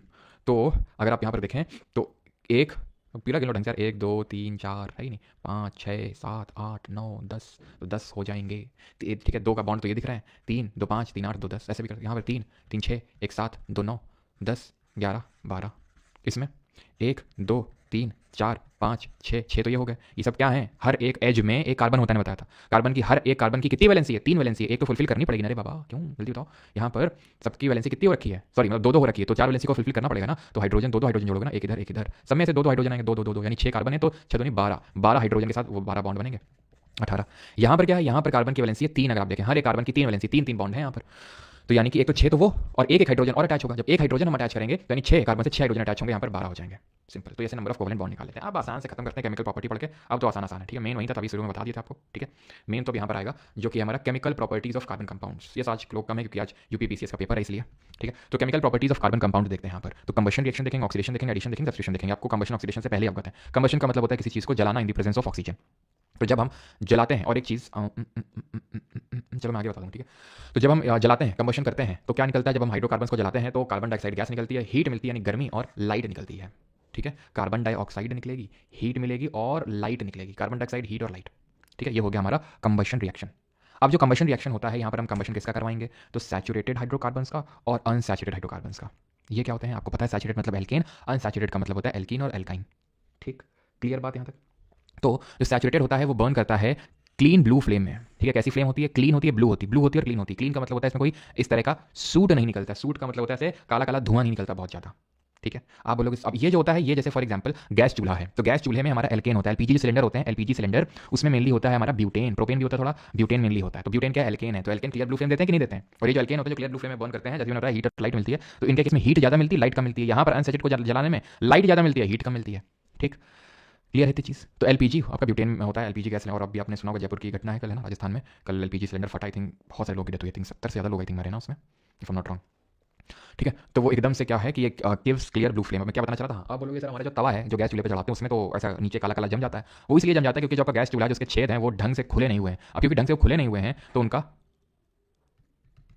इनकम्प्लीट कंबशन होता है, जो आपका ये ब्यूटेन होता है, लेकिन उसका इनकम्प्लीट कंबशन की वजह से होता है वो। ठीक है, पीछे मैंने क्वेश्चन पूछा था आपसे कि किस ऑर्गेनिक कंपाउंड को इनऑर्गेनिक सब्सटेंसेस से बनाया गया था सबसे पहली बार, यूरिया, फ्रेडरिक वोलर जी ने बनाया था। ठीक है, in limited supply of air gives सूटी फ्लेम, जो आपको बता रहा हूं, क्योंकि आपके गैस चूल्हे के छेद होते हैं, भर जाते हैं, तो ऑक्सीजन एयर की उतनी सप्लाई मिल नहीं पाती है, तो इनकम्प्लीट कंबशन होता है, जिसकी वजह से सूटी फ्लेम मिलने लगती है आपको सैचुरेटेड हाइड्रोकार्बन में भी। इनकम्प्लीट कंबशन में वो होता है, पूरा कराओगे तो नहीं होगा। और अनसैचुरेटेड वाले क्लीन येलो सूटी फ्लेम बनते हैं, इंपॉर्टेंट है, ध्यान रखना। ठीक है, ऑक्सीडेशन करवा लेते हैं, तो जैसे ये ऑक्सीडेशन करवा रहे हैं तो क्या हो रहा है, जैसे अल्कोहल है, ठीक है, तो ये अल्कोहल जो है ये आपको एसिड मिल रहा है, और हम कैसे करवाते हैं, ये हम करवाते हैं हाई ऑक्सीडाइजिंग, ठीक है, पावरफुल ऑक्सीडाइजिंग एजेंट की प्रेजेंस में। पावरफुल ऑक्सीडाइजिंग एजेंट्स हैं जैसे कि आपका पोटेशियम डाइक्रोमेट है K2Cr2O7, और ये आपका पोटेशियम पर मैंगनेट KMnO4। ठीक है, नाम भी पूछ लेता है, पोटेशियम पर मैंगनेट, ठीक है, और ये आपका पोटेशियम डाइक्रोमेट। ठीक है, तो इसकी प्रेजेंस में हम क्या करवाते हैं, तो ये जब हम इसको रिएक्ट करवाते हैं तो पावरफुल ऑक्सीडाइजिंग एजेंट होते हैं, ये ऑक्सीडाइज हो जाता है अल्कोहल से एसिड में। ठीक है, कैसे अगर हुआ है, अगर ये समझना है तो तुम्हें समझा देते हैं, वैसे हम किसी को समझाते हैं नहीं। ठीक है, कि ये दारू अल्कोहल से एसिड कैसे बनाए, अपनी तुम लोग जो हो अपने ही हो, इसलिए बता रहा हूँ। ठीक है, देखो यहाँ पर ऑक्सीजन मतलब ऑक्सीजन भर भर के इनके द्वारा मिलेगा, क्योंकि पावरफुल ऑक्सीडाइजिंग एजेंट है, तो पानी निकाल देना होता है हमें। ठीक है, कई सारी चीज़ें करते हुए पानी निकलता है, जैसे यहाँ पर जब हम अल्कोहल की रिएक्शन जब ऑक्सीडाइजिंग एजेंट के साथ करवाते हैं तो पानी निकलता है। ठीक है, तो और एक ऑक्सीजन इसको एक मिल जाएगा, और एक ऑक्सीजन से पानी निकल जाएगा, दो ऑक्सीजन हो यहाँ पे, आप ऐसे समझ लो। ठीक है, तो यहाँ पे क्या होगा, एक हाइड्रोजन इसका ले लो, ठीक है, या फिर आप ऐसे कर लो, 2 हाइड्रोजन इसको लेके एक ऑक्सीजन से पानी निकाल दो, तुरंत माहिर हो तुम पानी निकालने में, और एक ऑक्सीजन यहाँ पे और डाल दो, तो C=H बन जाएगा, बन गया एसिड अल्कोहल से। खैर, अब आते हैं एडिशन रिएक्शन क्या होती है। तो एडिशन मतलब होता है जहाँ पर कुछ चीज़ हम जोड़ते हैं, एडिशन रिएक्शन को बोलते हैं। ठीक, तो unsaturated hydrocarbons add hydrogen in the presence of catalyst. ठीक है, in the presence of catalyst to give saturated hydrocarbon. ठीक है, सर पूरे प्योर मेट कैसे बनाए फ्रॉम ब्रेकिंग मेट, क्या बोल रहे हो अभी? तो अनसैचुरेटेड हाइड्रोकार्बन ऐड जब हम करते हैं, हाइड्रोजन को ऐड करते हैं सैचुरेटेड हाइड्रोकार्बन में, तो हमें सैचुरेटेड हाइड्रोकार्बन मिलता है। सैचुरेटेड का मतलब वो सैचुरेट हो चुका है, उसका कुछ नहीं हो सकता है, वो अब कोई किसी को ऐड नहीं करेगा। जैसे सैचुरेटेड सोल्यूशन पढ़ा था, क्या होता है? जो सोल्यूशन बिल्कुल भी सल्यूट को ऐड नहीं कर सकता है उसको सैचुरेटेड सोल्यूशन बोल रहे थे। तुम पढ़ के सैचुरेट हो जाते, तुम बिल्कुल नहीं पढ़ सकते भी। वो सैचुरेटेड हाइड्रोकार्बन है, सैचुरेट मतलब सिंगल बॉन्ड है, वो किसी को ऐड नहीं करेंगे। ये क्या है? अभी हिम्मत रखते हैं हाइड्रोजन ऐड करने को, तो जब अगर हम अनसैचुरेटेड वाले में, चाहे वो एल्कीन है या एल्कीन है, हम चाहे वो एल्काइन में भी कर सकते हैं हाइड्रोजन ऐड। ऐसा नहीं कि हाइड्रोजन लेके डाल दिया, भैया कैटलिस्ट वेटलिस्ट लाना पड़ेगा, निकल ले आओ, पैलेडियम ले आओ, इन सब के प्रेजेंस में करना पड़ेगा, ठीक है? इसको एडिशन रिएक्शन बोलते हैं, सैचुरेट हो जाएगा। इस रिएक्शन को हम यूज करते हैं कहाँ पर? यूज करते हैं वेजिटेबल ऑयल से वनस्पति घी बनाने में, वेजिटेबल घी बनाने में। जैसे long unsaturated carbon carbon chain होता है, जो हमारा वेजिटेबल ऑयल होता है वो अनसैचुरेटेड होता है। उसको सैचुरेट बनाने के लिए हम क्या करते हैं? हम हाइड्रोजनेशन करवा देते हैं, इसको कुकिंग में प्रेफर किया जाता है। ये एनिमल फैट जो होता है वो सैचुरेटेड फैटी एसिड होता है और ये हार्मफुल होता है हेल्थ के लिए, तो इसलिए उतना रिकमेंड नहीं किया जाता है। अब आते हैं सब्स्टिट्यूशन रिएक्शन, जहां पे किसी ना किसी का सब्स्टिट्यूशन हो रहा है, कोई जा रहा है और उसकी जगह में कोई आ रहा है। जैसे कि यहाँ पर देखिए आप, ये है मेथेन, ठीक है? ये क्या है? ये है मेथेन, जिसको कि नेचुरल गैस में यूज करते हैं। आपको पता है ना, हम लोगों ने पढ़ा था नेचुरल गैस का प्राइमरी प्रमुख घटक होता है नेचुरल जो गैस होती है उसमें, और इसको हम और किस नाम से जानते हैं जरा बताएंगे नेचुरल गैस को। अब इसमें अगर क्लोरीन ऐड करते हैं, अब ऐसा नहीं कि सीधा क्लोरीन डाला ऐड हो गया, सनलाइट में जो हमारी यूवी रेज होती है, अल्ट्रावायलेट रेज, उसकी प्रेजेंस में रिएक्ट करवाना होता है, तो ये एक हाइड्रोजन हटता है और एक क्लोरीन जुड़ जाता है। फिर से वही रिएक्शन कराओ, फिर से सनलाइट यानी अल्ट्रावायलेट रेज की उसमें कराओ प्रेजेंस में, एक और हाइड्रोजन हट जाएगा, एक क्लोरीन जुड़ जाएगा, क्योंकि 4 तो बॉन्ड बनने चाहिए। फिर से सनलाइट में करवा दो, फिर से एक हट जाएगा, एक सीएल जुड़ जाएगा, सीएल। इसी का इसका कॉमन नेम क्या है बताओ? देखा हो तुमने? वो भागम भाग करके थी ना, वही तो थी मूवी जिसमें अक्षय कुमार और ऋषभ राजपाल यादव होते हैं शायद, पैसा पैसा कर दी है क्यों पैसे पे, तो वाला जो गाना होता है ना, तो उसमें देखा होगा कि रुमाल से वो बेहोश कर देता है। क्या होता है वो? क्लोरोफॉर्म, ठीक है? तो क्या होता है? क्लोरोफॉर्म होता है। इसमें और रिएक्शन करोगे, कार्बन टेट्राक्लोराइड बन जाएगा, CCl4 बन जाएगा, ठीक? तो ये रिएक्शन बस यहीं पे खत्म हो जाएगी कि आप इसका सब्स्टिट्यूट करोगे, ठीक है? हाइड्रोजन साइड चलेगा, तो ये क्या हो गई? ये सब्स्टिट्यूशन रिएक्शन हो गई।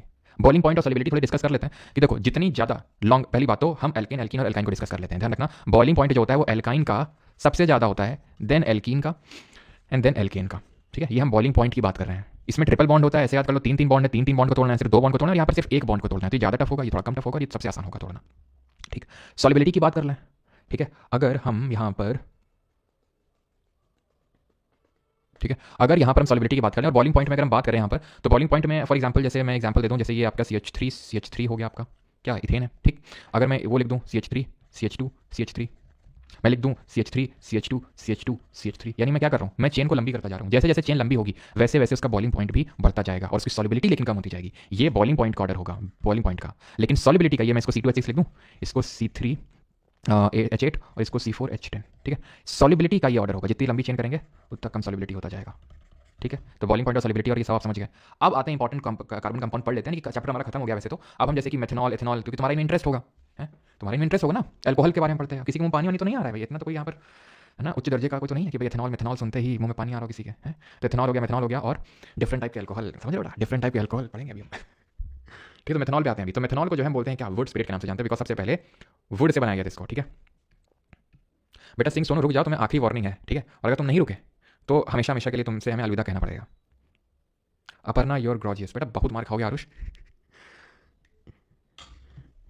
यहाँ पर मास्टर लगा हुआ पढ़ाने में, यहाँ पर काफ़ी सारे स्टूडेंट दिमाग लगा रहे हैं कि क्या होगा, कैसे होगा, समझ में नहीं आ रहा, ये समझ में नहीं आ रहा, ये अपना अलग लगे हुए हैं, डीपी खोल खोल देख रहे होंगे ये अपना, गॉर्जियस कौन है कौन नहीं ये देख रहे हैं। Sir law of gases pending है, यस खुशी जी पेंडिंग है, वो हम लोग करेंगे अगर इसी लेक्चर में रहा टाइम, नहीं तो फिर एक और टाइम रहेगा, मतलब एक और या कि दो क्वेश्चन तो हो नहीं पाएंगे इस लेक्चर में, तो क्वेश्चन तो मैं एप्लीकेशन कराऊंगा, नहीं हो तो वहीं पर ही छोटा सा 10 मिनट का टॉपिक है वहाँ पर करा दूँगा। हाँ चलो, गैसेस लॉ भी पढ़ेंगे अभी, है ना? तो मेथनॉल पे आते हैं। तो मेथनॉल को वुड स्पिरिट क्यों बोलते हो मैंने आपको बता दिया, क्योंकि वुड से ही एक्सट्रैक्ट किया गया था सबसे पहले, इसलिए intake of methanol is very small quantities can cause death. Yes, क्यों डेथ हो जाती है? Because methanol oxidise to methanol in liver and coagulates protoplasm. देखो ऐसा नहीं कि मेथनॉल, अब होता क्या है कि जो एथनॉल जो पी जाती है, जो एल्कोहल होता है, पहली बात तो सर वो प्योर एथनॉल वो भी नहीं होती है, जो पी जाती है वो एथनॉल होती है, लेकिन वो भी एल्कोहलिक ड्रिंक में एक्टिव इंग्रेडिएंट होता है। इंग्रेडिएंट होता है ऐसा मत समझना कि प्योर एथनॉल होती है। प्योर एथनॉल भी अगर पी लोगे ना तो भी मतलब लीथल है, वो प्योर एकदम प्योर अगर पियोगे तो एक्चुअली में वो एक लिकर होती है, जिसको आप एल्कोहल बोल देते हैं, वो लिकर होती है। उस लिकर में एल्कोहल होता है, मतलब एथनॉल होता है। अब कितना डिग्री अल्कोहल है वो डिटरमाइन करेगा कि वो रम है, विस्की है, बियर है, स्पिरिट है। क्यों? जैसे विस्की में भी रेड वाइन में भी रेड वाइन है। खैर ज़्यादा डीप हो रहा है, छोड़ देते हैं, थोड़ा भावुक हो जाता हूँ इन चीज़ों में, तो खैर ज़्यादा भावुक नहीं होते हैं। होता क्या कि एथनॉल को भी पीने में आप सुनते होंगे कि भाई अगर अल्कोहल पियोगे ज़्यादा लिवर खराब हो जाएगा ना, होता है बिल्कुल, लेकिन वे भी लोग मानते नहीं हो ना, मानेंगे। यही रीति का रिवाज है, विधि का विधान है, जितना लोग समझा लो पीना है तो पीना है। एक लोग भले छोड़ते हैं, लेकिन ज़्यादा लोग कोई मतलब नहीं, क्योंकि छोड़ नहीं पाते, बहुत ज़्यादा वो होता है, मतलब एडिक्टिव टाइप होता है, ठीक है? ठीक है, तो बहुत ज़्यादा एडिक्टिव होता है, मतलब लोग छोड़ नहीं पाते हैं। बट एक्चुअली मेरे घर में ही अगर मैं बात करूँ वैसे तो जैसे हमारे घर में से फादर ने कभी आज तक नहीं ड्रिंक किया था, और मेरे अंकल जो है वो कभी कभी ड्रिंक करते थे, और पापा इस बात से काफ़ी नाराज़ रहते थे उनसे, मतलब बोलते तक नहीं थे पापा उनसे, ठीक है? एंड जिस दिन पापा की डेथ हुई थी उस दिन के बाद से, ठीक है, इट हैड बीन 1.5 ईयर, चाचा ने मतलब आज तक, ठीक है, ड्रिंक नहीं किया। मतलब तब मानते नहीं थे चाचा, ठीक है, और रेगुलर फ्रीक्वेंट थे, लेकिन अभी जो है तब से एकदम ही बिल्कुल उन्हें मतलब not even a single day, मतलब पूरा ट्रांसफॉर्म हो गया, ठीक है? क्योंकि एक्चुअल में वो होता है भाई भाई का प्यार, ठीक है। कि मतलब पापा जब बोलते थे तो नहीं माने, लेकिन जब पापा की डेथ हुई तो उसके बाद से तब से चाचा ने एक बार भी कंज्यूम नहीं किया। लेकिन you would be surprise to know कि हर 3 में से एक बंदा, दैट मीन्स 33% ऑफ वर्ल्ड की टोटल पॉपुलेशन ड्रिंकर है। Yes, 33%, it is a large number. 3 out of 1, मतलब 1 out of 3% is a drinker, regular drinker. Regular drinker की बात हो रही है, मतलब रेगुलर है, जो कभी कभी ओकेजनल ड्रिंकर तो वो तो और बड़ा नंबर निकल के आएगा। वन इट इज़ अ रफली $1.7 ट्रिलियन का मार्केट है ये। $1.7 ट्रिलियन, इतनी तो इकॉनमीज भी नहीं है बहुत सारी, ठीक है। तो होता क्या है कि नॉर्मली ये एथनॉल जो होता है, जैसे ही आपने पहली बार भी आपने ड्रिंक किया, आपका लिवर तुरंत सबसे पहले इंपैक्ट करता है, क्योंकि जो एथनॉल है वो आपके लिवर में एसिटाल्डिहाइड में बनता है। देन वो फर्दर इस तरह से प्रोसेस होता है कि वो आपके लिवर को डैमेज करने लगता है। मेथनॉल के साथ क्या है कि मेथनॉल लेते ही वो आपका मेथनॉल एसिटाल्डिहाइड में ना बन के मेथेनल में ऑक्सीडाइज होता है। मेथनॉल नहीं है ये, ठीक है। Methanol will oxidise to methanal, H2O निकल जाएगा, और मेथेनल जिसको कि हम क्या बोल सकते हैं, मेथेनल ही बोलते हैं, ठीक है। या फिर इसको हम बोल सकते हैं फॉर्मल्डिहाइड, ठीक है। इसको हम फॉर्मल्डिहाइड भी बोलते हैं। तो इसमें ऑक्सीडाइज हो जाता है और ये बहुत घातक होता है। और ये जो फॉर्मल्डिहाइड है ये माइटोकॉन्ड्रिया में जाके फॉर्मिक एसिड बन जाता है। ये वही एसिड है, अगर आपको याद आ रहा हो, जो स्टिंग ऑफ बी में देखने को मिलता है, जो चींटी के डंक में देखने को मिलता है, तो ये इसमें कन्वर्ट हो जाता है, ठीक है। यस, इना फिर कुछ लोग यार, 2-3 लोग इतने वो हैं कि बार बार वही सेम कमेंट करते रहते हैं, ठीक है। बाकी लोग कमेंट दिख ही नहीं पाते। I am student of 2.0, please tell आपने नंबर कौन से लेक्चर में शेयर करा था, मुझे आपसे बात करना है। नंबर वो शेयर नहीं कर सकता मैं, ठीक है।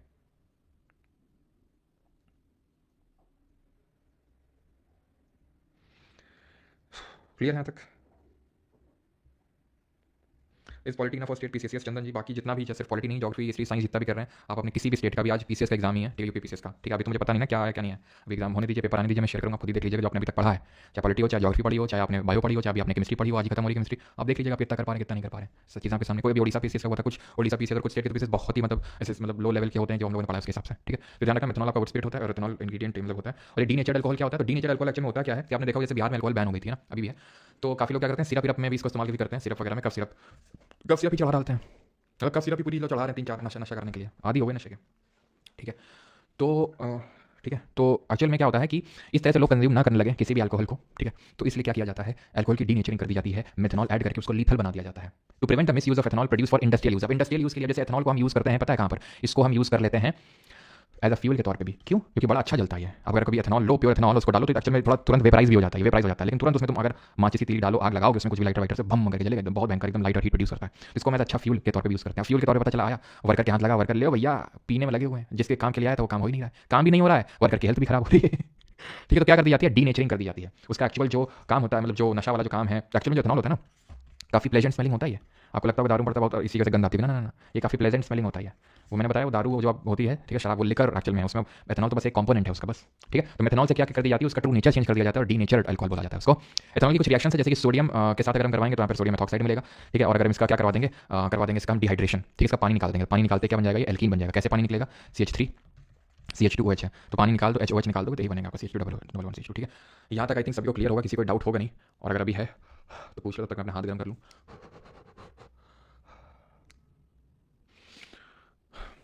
और कमेंट भाई स्पैम मत किया करो, ठीक है। चलो, तो अभी आते हैं डिफरेंट टाइप्स ऑफ अल्कोहल में।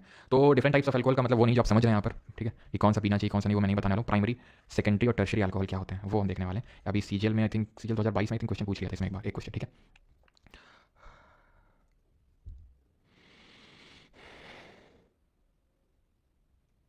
चलो, तो प्राइमरी का आपका अल्कोहल क्या होता है,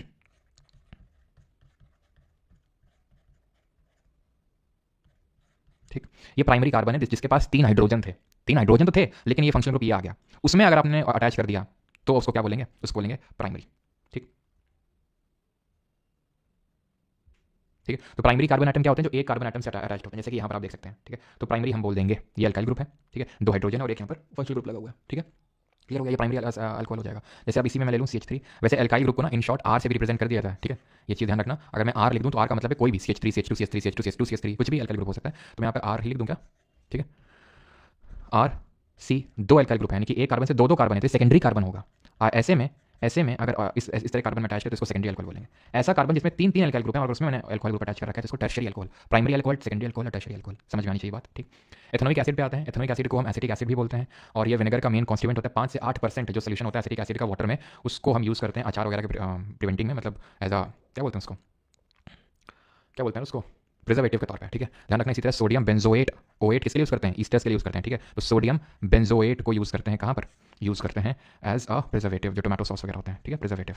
यहाँ पर एल्काइन, जहाँ पे आपने लिखा था ना एल्काइन वगैरह, ठीक है, जहाँ पे एल्काइन लिखा था जहाँ पर आपने एल्काइन लिखा था ना, वहाँ पर एक एल्काइन का यूज़ लिख लीजिएगा, जैसे कि एसिटिलीन, ठीक है, एसिटाइलिन होता है, इसको वेल्डिंग ऑफ मेटल्स में यूज़ किया जाता है, ठीक है, वेल्डिंग ऑफ मेटल्स में, वेल्डिंग ऑफ मेटल्स। जैसे इसका इथीन होता है, तो ये क्या होता है, ये फ्रूट राइपिंग में गैशियस हार्मोन भी होता है, हम बायो में पढ़े हुए थे, इसको आर्टिफिशियली भी यूज़ किया जाता है फ्रूट राइपिंग में। एल्केन का यूज़ हमने पढ़ लिया, जैसे कि ब्यूटेन है तो एलपीजी गैस सिलेंडर्स में यूज़ की जाती है, खाना वाना बनाने के लिए इसको हम यूज़ करते हैं, ठीक है। तो ये हो गया आपका। अब जो मेल्टिंग पॉइंट होता है प्योर इथेनॉइक एसिड का वो 290 केल्विन होता है, hence it often freezes during winters. तो विंटर्स के टाइम पे या फिर अगर आप रूम टेम्परेचर से जरा सा टेम्परेचर कम करो तुरंत ये जम जाता है ग्लेशियर की तरह, तो इसलिए इसको ग्लेशियल एसिटिक एसिड भी बोलते हैं, glacial acetic acid. Reaction with base आप देखिए, जब एसिटिक एसिड की रिएक्शन यहाँ पर हम एल्कली के साथ करवा रहे हैं, कल ही पढ़ा था एल्कली क्या होते हैं, जो बेस आपके डिजॉल्व हो जाते हैं पानी में, ठीक है।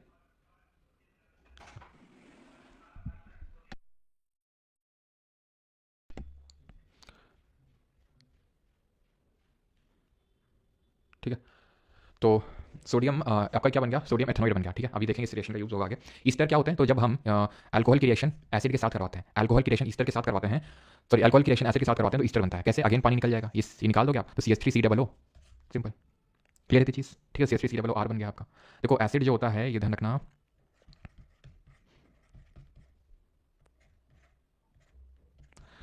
ठीक है। कभी ये तुम गलती से मत समझ लेना कि अल्कोहल ग्रुप है ना, ये एसिडिक ग्रुप है।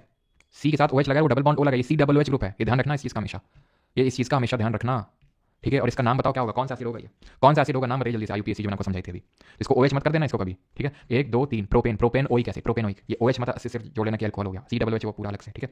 तो ये आपका ईस्टर बन गया, form by reaction of acid and alcohol. इस तरह की रिएक्शन को ईस्टिफिकेशन रिएक्शन बोलते हैं। स्वीट स्मेलिंग सब्सटेंस होते हैं, परफ्यूम और फ्लेवरिंग एजेंट में यूज किया जाता है, जब मैंने बताया था, जैसे वनीला आइसक्रीम, ये फ्लेवर आइसक्रीम, सब यही होते हैं आपके। अब आते हैं अपने आखिरी रिएक्शन पे और आखिरी टॉपिक पे, दैट इज सपोनिफिकेशन। सपोनी का मतलब जिससे साबुन बनाते हैं वो रिएक्शन, उसको बोलते हैं saponification, used in the preparation of soaps on treating Easter with sodium hydroxide. तो जब यहाँ पर जो ईस्टर बना, अब जब इसकी रिएक्शन हम NaOH के साथ करवाएंगे तो क्या होगा, होगा ये कि C2H5OH निकल जाएगा और ये जो Na है ये जुड़ जाएगा यहाँ पर CH3COO, छोटे वाले अल्काइल ग्रुप के साथ।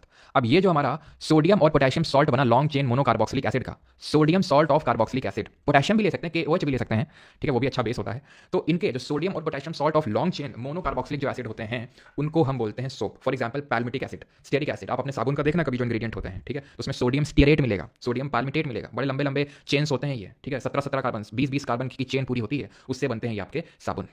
साबुन किस तरह से क्लीनिंग करता है वो भी थोड़ा सा मैं आपको समझा देता हूँ। ये एक्चुअल में 2 एंड होते हैं, क्या होते हैं, 2 एंड होते हैं साबुन में, एक होता है आपका हाइड्रोफोबिक और एक होता है, ठीक है, ठीक है, एक होता है हाइड्रोफोबिक जो पानी से डरता है और एक होता है हाइड्रोफिलिक जो पानी से प्यार करता है, ठीक है, 2 एंड होते हैं इसमें। तो अब जैसे मान लो ग्रीस है, ग्रीस है, ठीक है, तो ग्रीस से कौन अटैच करेगा, जो पानी से डरता है वो ग्रीस से प्यार करेगा, ऑयल से प्यार करेगा। ग्रीस डर्ट जो हमारे कपड़े में लग जाता है जिसको हम साबुन लगाते हैं, तो क्या होता है, साबुन के 2 एंड होते हैं। एक जो छोर होता है जो हाइड्रोफोबिक है, जो पानी से डरता है, तो पानी से डरता है तो पानी के पास नहीं जाएगा, वो ग्रीस के पास जाएगा, ठीक है। वो ये वाला एंड जो है, ये वाला जो एंड है, ये एंड है, आप समझ लो ग्रीस है, ठीक है। तो ये वाला जो एंड अटैच होगा वो क्या होगा, हाइड्रोफोबिक, जो पानी से डरता है, पानी इधर है दूर में, वो ग्रीस से अटैच होगा। जो पानी से प्यार करता है वो पानी की तरफ होगा, जो पानी से प्यार करता है वो पानी की तरफ होगा। इस तरह से पूरा बन जाता है स्ट्रक्चर, इसको बोलते हैं मिसेल। मिशेल ओबामा नहीं है ये, ठीक है, इस स्ट्रक्चर को बोलते हैं मिसेल, ठीक है। ये जो पूरा स्ट्रक्चर बना है, तो इस तरह से साबुन क्या करता है, फिर इसको हम ऐसे रगड़ते हैं तो पूरा निकल जाता है ये पूरा मॉलिक्यूल, ठीक है। तो cleaning action of soap is due to formation of micelles, it form emulsion. Emulsion क्या होता है, लिक्विड, लिक्विड जब हमने पढ़ा था कोलोइडल सॉल्यूशन में, जब डिस्पर्स फेज भी लिक्विड होता है, डिस्पर्सिंग मीडियम में, तो उसको इमल्शन बोलते हैं। Soap micelle will show Tyndall effect, तो ये क्योंकि क्लाउडी अपीयर होता है तो सोप मिशेल टिंडल इफेक्ट दिखाएगा ये, ठीक है। और ये आयन एंड रिपल्शन पूरा वो मैंने आपको समझा दिया, मिसल में पूरा होता है, ठीक है, ऐसा जितना डेप्थ में नहीं पूछेगा। और सोप आपने सुना होगा कि साबुन अगर कहीं पे पानी बहुत ज़्यादा गंदा टाइप आता है, ठीक है, जिसको हार्ड वाटर बोलते हैं। हार्ड वाटर मैंने आपको कल बताया था, क्या होता है हार्ड वाटर, जल्दी से बताइए। तो हार्ड वाटर जहाँ पर ज़्यादा आता है तो वहाँ पर साबुन काम नहीं करता है। इसलिए नहीं काम करता है क्योंकि हार्ड वाटर वो होता है जहाँ कैल्शियम और मैग्नीशियम के सॉल्ट भी मौजूद होते हैं पानी में। तो वो जो अभी हम हाइड्रोफोबिक हाइड्रोफिलिक देख रहे थे साबुन का जो पूरा होता है, सोडियम और potassium salt of long chain carboxylic acid, वो इसके साथ मिलकर एक मतलब एक अजीब तरह का स्कम बना देते हैं, स्कम, और वो काम करता नहीं, एसिडिक कंडीशन भी नहीं काम करता। तो वहाँ पर डिटर्जेंट काम करता है। डिटर्जेंट क्या होता है, सोडियम सॉल्ट, सोडियम और potassium salt of long chain sulphonic या फिर सल्फोनिक एसिड या फिर अमोनियम सॉल्ट। वहाँ पे कार्बोक्सिलिक एसिड था, यहाँ सल्फोनिक एसिड है, ठीक है, with chloride, bromide, ions etcetera, they work in hard and soft water. एक चीज़ यहाँ पर चलो अभी आप मुझे याद दिलाना, मुझे हेलो एल्केन के बारे में आपको पढ़ाना है, हेलो क्या होते हैं, ठीक है, हेलो एल्केन तो works in hard and soft water, दोनों में काम करता है और ये आराम से साबुन से जल्दी जो है चीज़ों को खत्म करता है। और यहाँ पर हमारा चैप्टर हो गया खत्म, ठीक है। यहाँ पर एक चीज़ मुझे आपको बतानी है, दैट इज जो फंक्शनल ग्रुप मैंने आपको पढ़ाए थे ना, तो फंक्शनल ग्रुप अगर हमारा कोई ये है, ये मतलब हेलोजन है, यानी क्लोरीन लगा है, फ्लोरीन लगा है, ब्रोमीन लगा है, आयोडीन लगा है, तो क्या है, हेलोजन है। तो ध्यान रखना इनके लिए सफिक्स नहीं प्रीफिक्स यूज करते हैं हम, इनके लिए सफिक्स नहीं प्रीफिक्स यूज करते हैं। जैसे ये OH लगाया तो एथेन ऑल बन गया, एथेन ओइक एसिड, ठीक है, प्रोपेन ओइक एसिड, एसीटोन, मतलब सफिक्स लग रहा है। हेलोजेंस अगर किसी में लग जाए एज फंक्शनल ग्रुप, जैसे कि हमारी सब्स्टिट्यूशन रिएक्शन में आई है, जैसे ये है, तो क्या बोलेंगे इसको, इसको ये नहीं बोलेंगे मेथ क्लोरो, ऐसा नहीं बोलेंगे, इसको बोलेंगे क्लोरोमिथेन। आपने देखा क्या लापरवाही का नतीजा, यहाँ पर हमने जो क्लोरो ग्रुप था उसको बाद में सफिक्स के तौर पर नहीं प्रीफिक्स के तौर पर लिया। अगर एफ लगता तो फ्लोरोमिथेन, ये है तो डाइक्लोरोमिथेन, ट्राइक्लोरोमिथेन, टेट्राक्लोरोमिथेन, क्लोरो, फ्लोरो, ब्रोमो, आयोडो पहले यूज करते हैं प्रीफिक्स के तौर पर, कभी इनको सफिक्स के तौर पर यूज नहीं किया जाता है, ठीक है। अब अगर आपको एटॉमिसिटी का कॉन्सेप्ट जो इससे इस चैप्टर से डायरेक्टली लिंक नहीं है, लेकिन हमारा बीच में छूटा था, अगर आप कहें तो मैं आपको बता दूं, ऐसा कोई बहुत टफ नहीं है, चलो मैं बता देता हूँ। और गैशियस लॉज जो है वो मैं आपको करवा दूंगा, बिकॉज काफी आई थिंक पहले ही टाइम हो चुका है और काफी मतलब आप लोग है ना।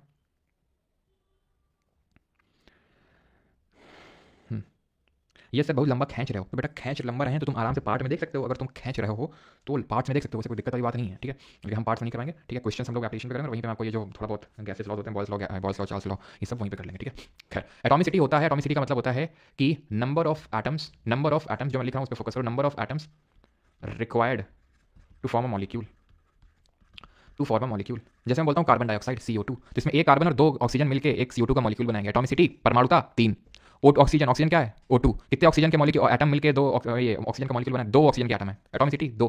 हीलियम का फॉर्मूला क्या होता है He2, नहीं सिर्फ He होता है। हीलियम ले लो, नियॉन ले लो, कोई भी नट गैस ले लो, हेमा, नेहा, करीना, जीती, रहना, किसी को ले लो, सब मोनो एटॉमिक होती हैं। कभी तुमने He2 He3 को देखा? नहीं, सब मोनो एटॉमिक होंगी, सब मोनो एटॉमिक होंगी। मोनो एटॉमिक मतलब एक है क्या? मोनो एटॉमिक का मतलब होता है कि एक एटम से मिलकर, atomicity is the number of atom that form a molecule, these are the substances whose molecule are made up of one atom. एक एटम से बने, हेमा, नेहा और करीना, जीती, रहना। एक नाम बताया था, जरा बताओ, नियॉन ऑर्गन प्रोटॉन न्यूट्रॉन की डिस्कवरी में किसने करी थी? डायटॉमिक में H2 N2 O2, ठीक है, F2 Cl2 Br2 Ru2, ठीक है। ट्राइटॉमिक 3 से मिलकर बना है, ओजोन O3 CO2 एक, 2 ऑक्सीजन एक कार्बन, H2O 2 हाइड्रोजन एक, ये HCN 3। सिंपल है, मैं बोल दूं तुमसे, ये बताओ कार्बन टेट्राक्लोराइड कितनी है? तो भाई एक कार्बन है, 4 क्लोरीन है, 5, खत्म, पेंटा एटॉमिक हो जाएगा। पॉली एटॉमिक क्या होता है? तो जब 3 के ऊपर हम टेट्रा पेंटा हेक्साना करके पॉली बोल देते हैं। पॉली का मतलब होता है भैया 3 से ज्यादा है, 4 है, 5 है, 6 है, 7 है, 8 है, 9 है, 10 है, 11 है, तो पॉली एटॉमिक बोल देते हैं। वैसे हम 4 को टेट्रा भी बोल सकते हैं, 5 को पेंटा एटॉमिक, 6 को हेक्सा, 7 को हेप्टाई बोल सकते हैं। अगर हम स्पेसिफाई कर दें, अगर हम स्पेसिफिक हो जाए कि भाई 7 है, तो वो पता चल जाएगा कि हाँ, अगर मैं हेप्टा एटॉमिक बोल रहा हूं तो मतलब क्या है, 7 एटम से मिलकर बना एक मॉलिक्यूल। पॉली बोल रहा हूं तो एक्जैक्टली आपको नहीं पता चलेगा, लेकिन आप ये समझ सकते हैं कि बहुत ज्यादा प्रेजेंट होंगे। जैसे सल्फर है, तो सल्फर का एक राउंड शेप में होगा, आपने 11th 12th में पढ़ा होगा कि राउंड शेप का होता है, ठीक है। तो सल्फर की एटॉमिसिटी 8 होती है। फास्फोरस की जरा बताओ कितनी होती है? तो आप देख सकते हैं, ऑर्गन, हीलियम, इससे मोनोटॉमिक ऑक्सीजन, किसी को ना समझ में आए तो बताओ, पर फास्फोरस की 4 होती है। 4 के बाद हम पॉली शब्द का इस्तेमाल करने लगते हैं, तो आप बता पाएंगे ना? चलो मैं आपसे पूछता हूँ, बताओ कि क्लोरोफॉर्म की एटॉमिसिटी बताओ, जल्दी से बताओ। आ गया PCS एग्जाम देके सर, अच्छा इसके बनारस कैसा रहा एग्जाम?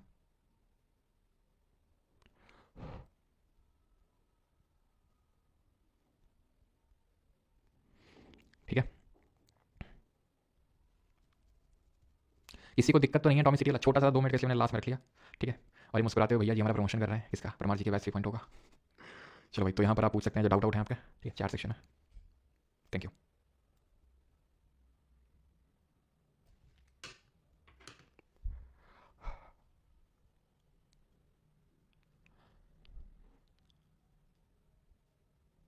सिलेबस कब तक हो जाएगा सर? गौरव सिलेबस अभी देखो, केमिस्ट्री खत्म हो गई हमारी आज, ठीक है। तो पॉलिटी हो गया, ज्योग्राफी हो गया, फिजिक्स, सॉरी केमिस्ट्री हो गया, बायो हो गया, है ना। अब हम लोग स्टार्ट करेंगे हिस्ट्री, और वो हिस्ट्री स्टार्ट होगी कल से, नहीं कल का ब्रेक ले लो, चीज़ें रिवाइज कर लो, ठीक है।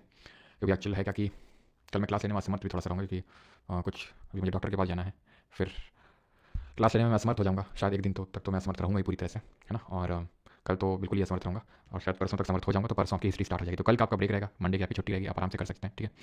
गैस लॉज में बैच में जब इसके MCQs करेंगे, ठीक है, MCQs देख सकते हैं आप यहाँ पर लगे हुए होंगे। MCQs तो भी करवा नहीं रहा हूँ, बिकॉज आप करने की भी हालत में होंगे नहीं, ठीक है। ये पूरे SSC के ये सब, ठीक है, पूरे इसके देख सकते हैं। एक क्वेश्चन चलो कर लो, ये वाला। 2 दिन ऑफ देंगे सर? 2 दिन का तो मैं कंफर्म नहीं कर रहा हूँ, लेकिन हाँ कल तो ऑफ रहेगा। और हमारी इसके बाद हिस्ट्री स्टार्ट होगी। जैसे हिस्ट्री खत्म होगी तो हमारा एक बड़ा चंक ऑफ सिलेबस खत्म हो चुका होगा, बिकॉज 3 सब बड़े सब्जेक्ट होते हैं, पॉलिटी, ज्योग्राफी, हिस्ट्री, उसके बाद साइंस, ठीक है। तो साइंस का भी 2/3 पार्ट हो ही चुका है, अगर आप देखें तो, ठीक है। फिजिक्स होते ही सब खत्म है, बस स्टैटिक और एनवायरमेंट और इकोनॉमिक्स छोटे छोटे से टॉपिक बचेंगे, ठीक है। मेरा नाम ले लो, सौरभ दास। अच्छा, कॉमर्स के हैं तो टेंशन हो रही है कि कैसे केमिस्ट्री भी, कोई नहीं, हो जाएगी। जो जो इंपॉर्टेंट चीज़ें उसको आप करें, ठीक है, आराम से करें। इसी में 3 दिन का भी ब्रेक था, कल फिर ब्रेक है, तो आप आराम से करिए, कोई गड़बड़ी भी नहीं इतना, है ना। हेलो एल्केन पढ़ाना बेटा, पढ़ा दिया रजत। वही चीज़ मैं बता रहा था कि मतलब एक्चुअली वही मैं बताना चाह रहा था कि जब कोई फंक्शनल ग्रुप के तौर पे हेलोजन लगा होता है तो उसके लिए हम प्रीफिक्स यूज़ करते हैं, मतलब समझ जाओ, क्लोरो, ब्रोमो, आयोडो, इस तरह से हम उसके लिए सफिक्स यूज़ नहीं करते हैं, ठीक है। तो आंसर क्या हो जाएगा? निकल हो जाएगा। आप सभी तेजू बच्चे हैं, सभी ने सही बताया, निकल हो जाएगा, यस, ठीक है। चलिए, तो बाकी हम क्वेश्चन करेंगे एप्लीकेशन पे। And thank you for joining the session, और वहीं पे हम लोग गैसेस लॉस भी कर लेंगे। And thank you.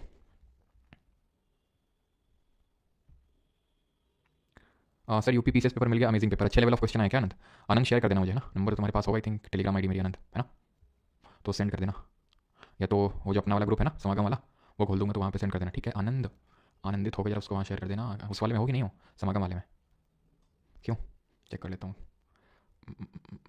आनंद श्रीवास्तव है, लेकिन चौहान हो। चलो खैर, मिल ही जाएगा, कोई ना कोई व्हाट्सएप पे शेयर कर ही देगा, अगर किसी के पास हो तो शेयर कर देना, राइट, थैंक यू। नहीं हूँ सर जी, नहीं, क्यों नहीं हो आनंद, क्यों नहीं हो तुम? चलो भैया, व्हाट्सएप पे कोई सेंड कर देना, ये नहीं हो तो कोई नंबर पे सेंड कर देना, ये जो कोई नंबर है। अभी तो मैं डॉक्टर के पास जा रहा हूँ, ठीक है, उसके बाद मैं क्लास लेने में तो समर्थ ही रहूँगा, तो मैं अभी तो क्वेश्चन नहीं कर पाऊंगा PCS वाले, आप खुद से कर सकते हैं। नंबर ये वाला मेरा नंबर नहीं है, ठीक है, ये कोई नंबर है, ठीक है, thank you. Atomicity of chloroform, तो क्लोरोफॉर्म या CHCl3 होता है, तो 1 कार्बन है, 1 हाइड्रोजन है, और 3 का क्लोरीन है, तो 3 1 4 1 5, ठीक है, थैंक यू।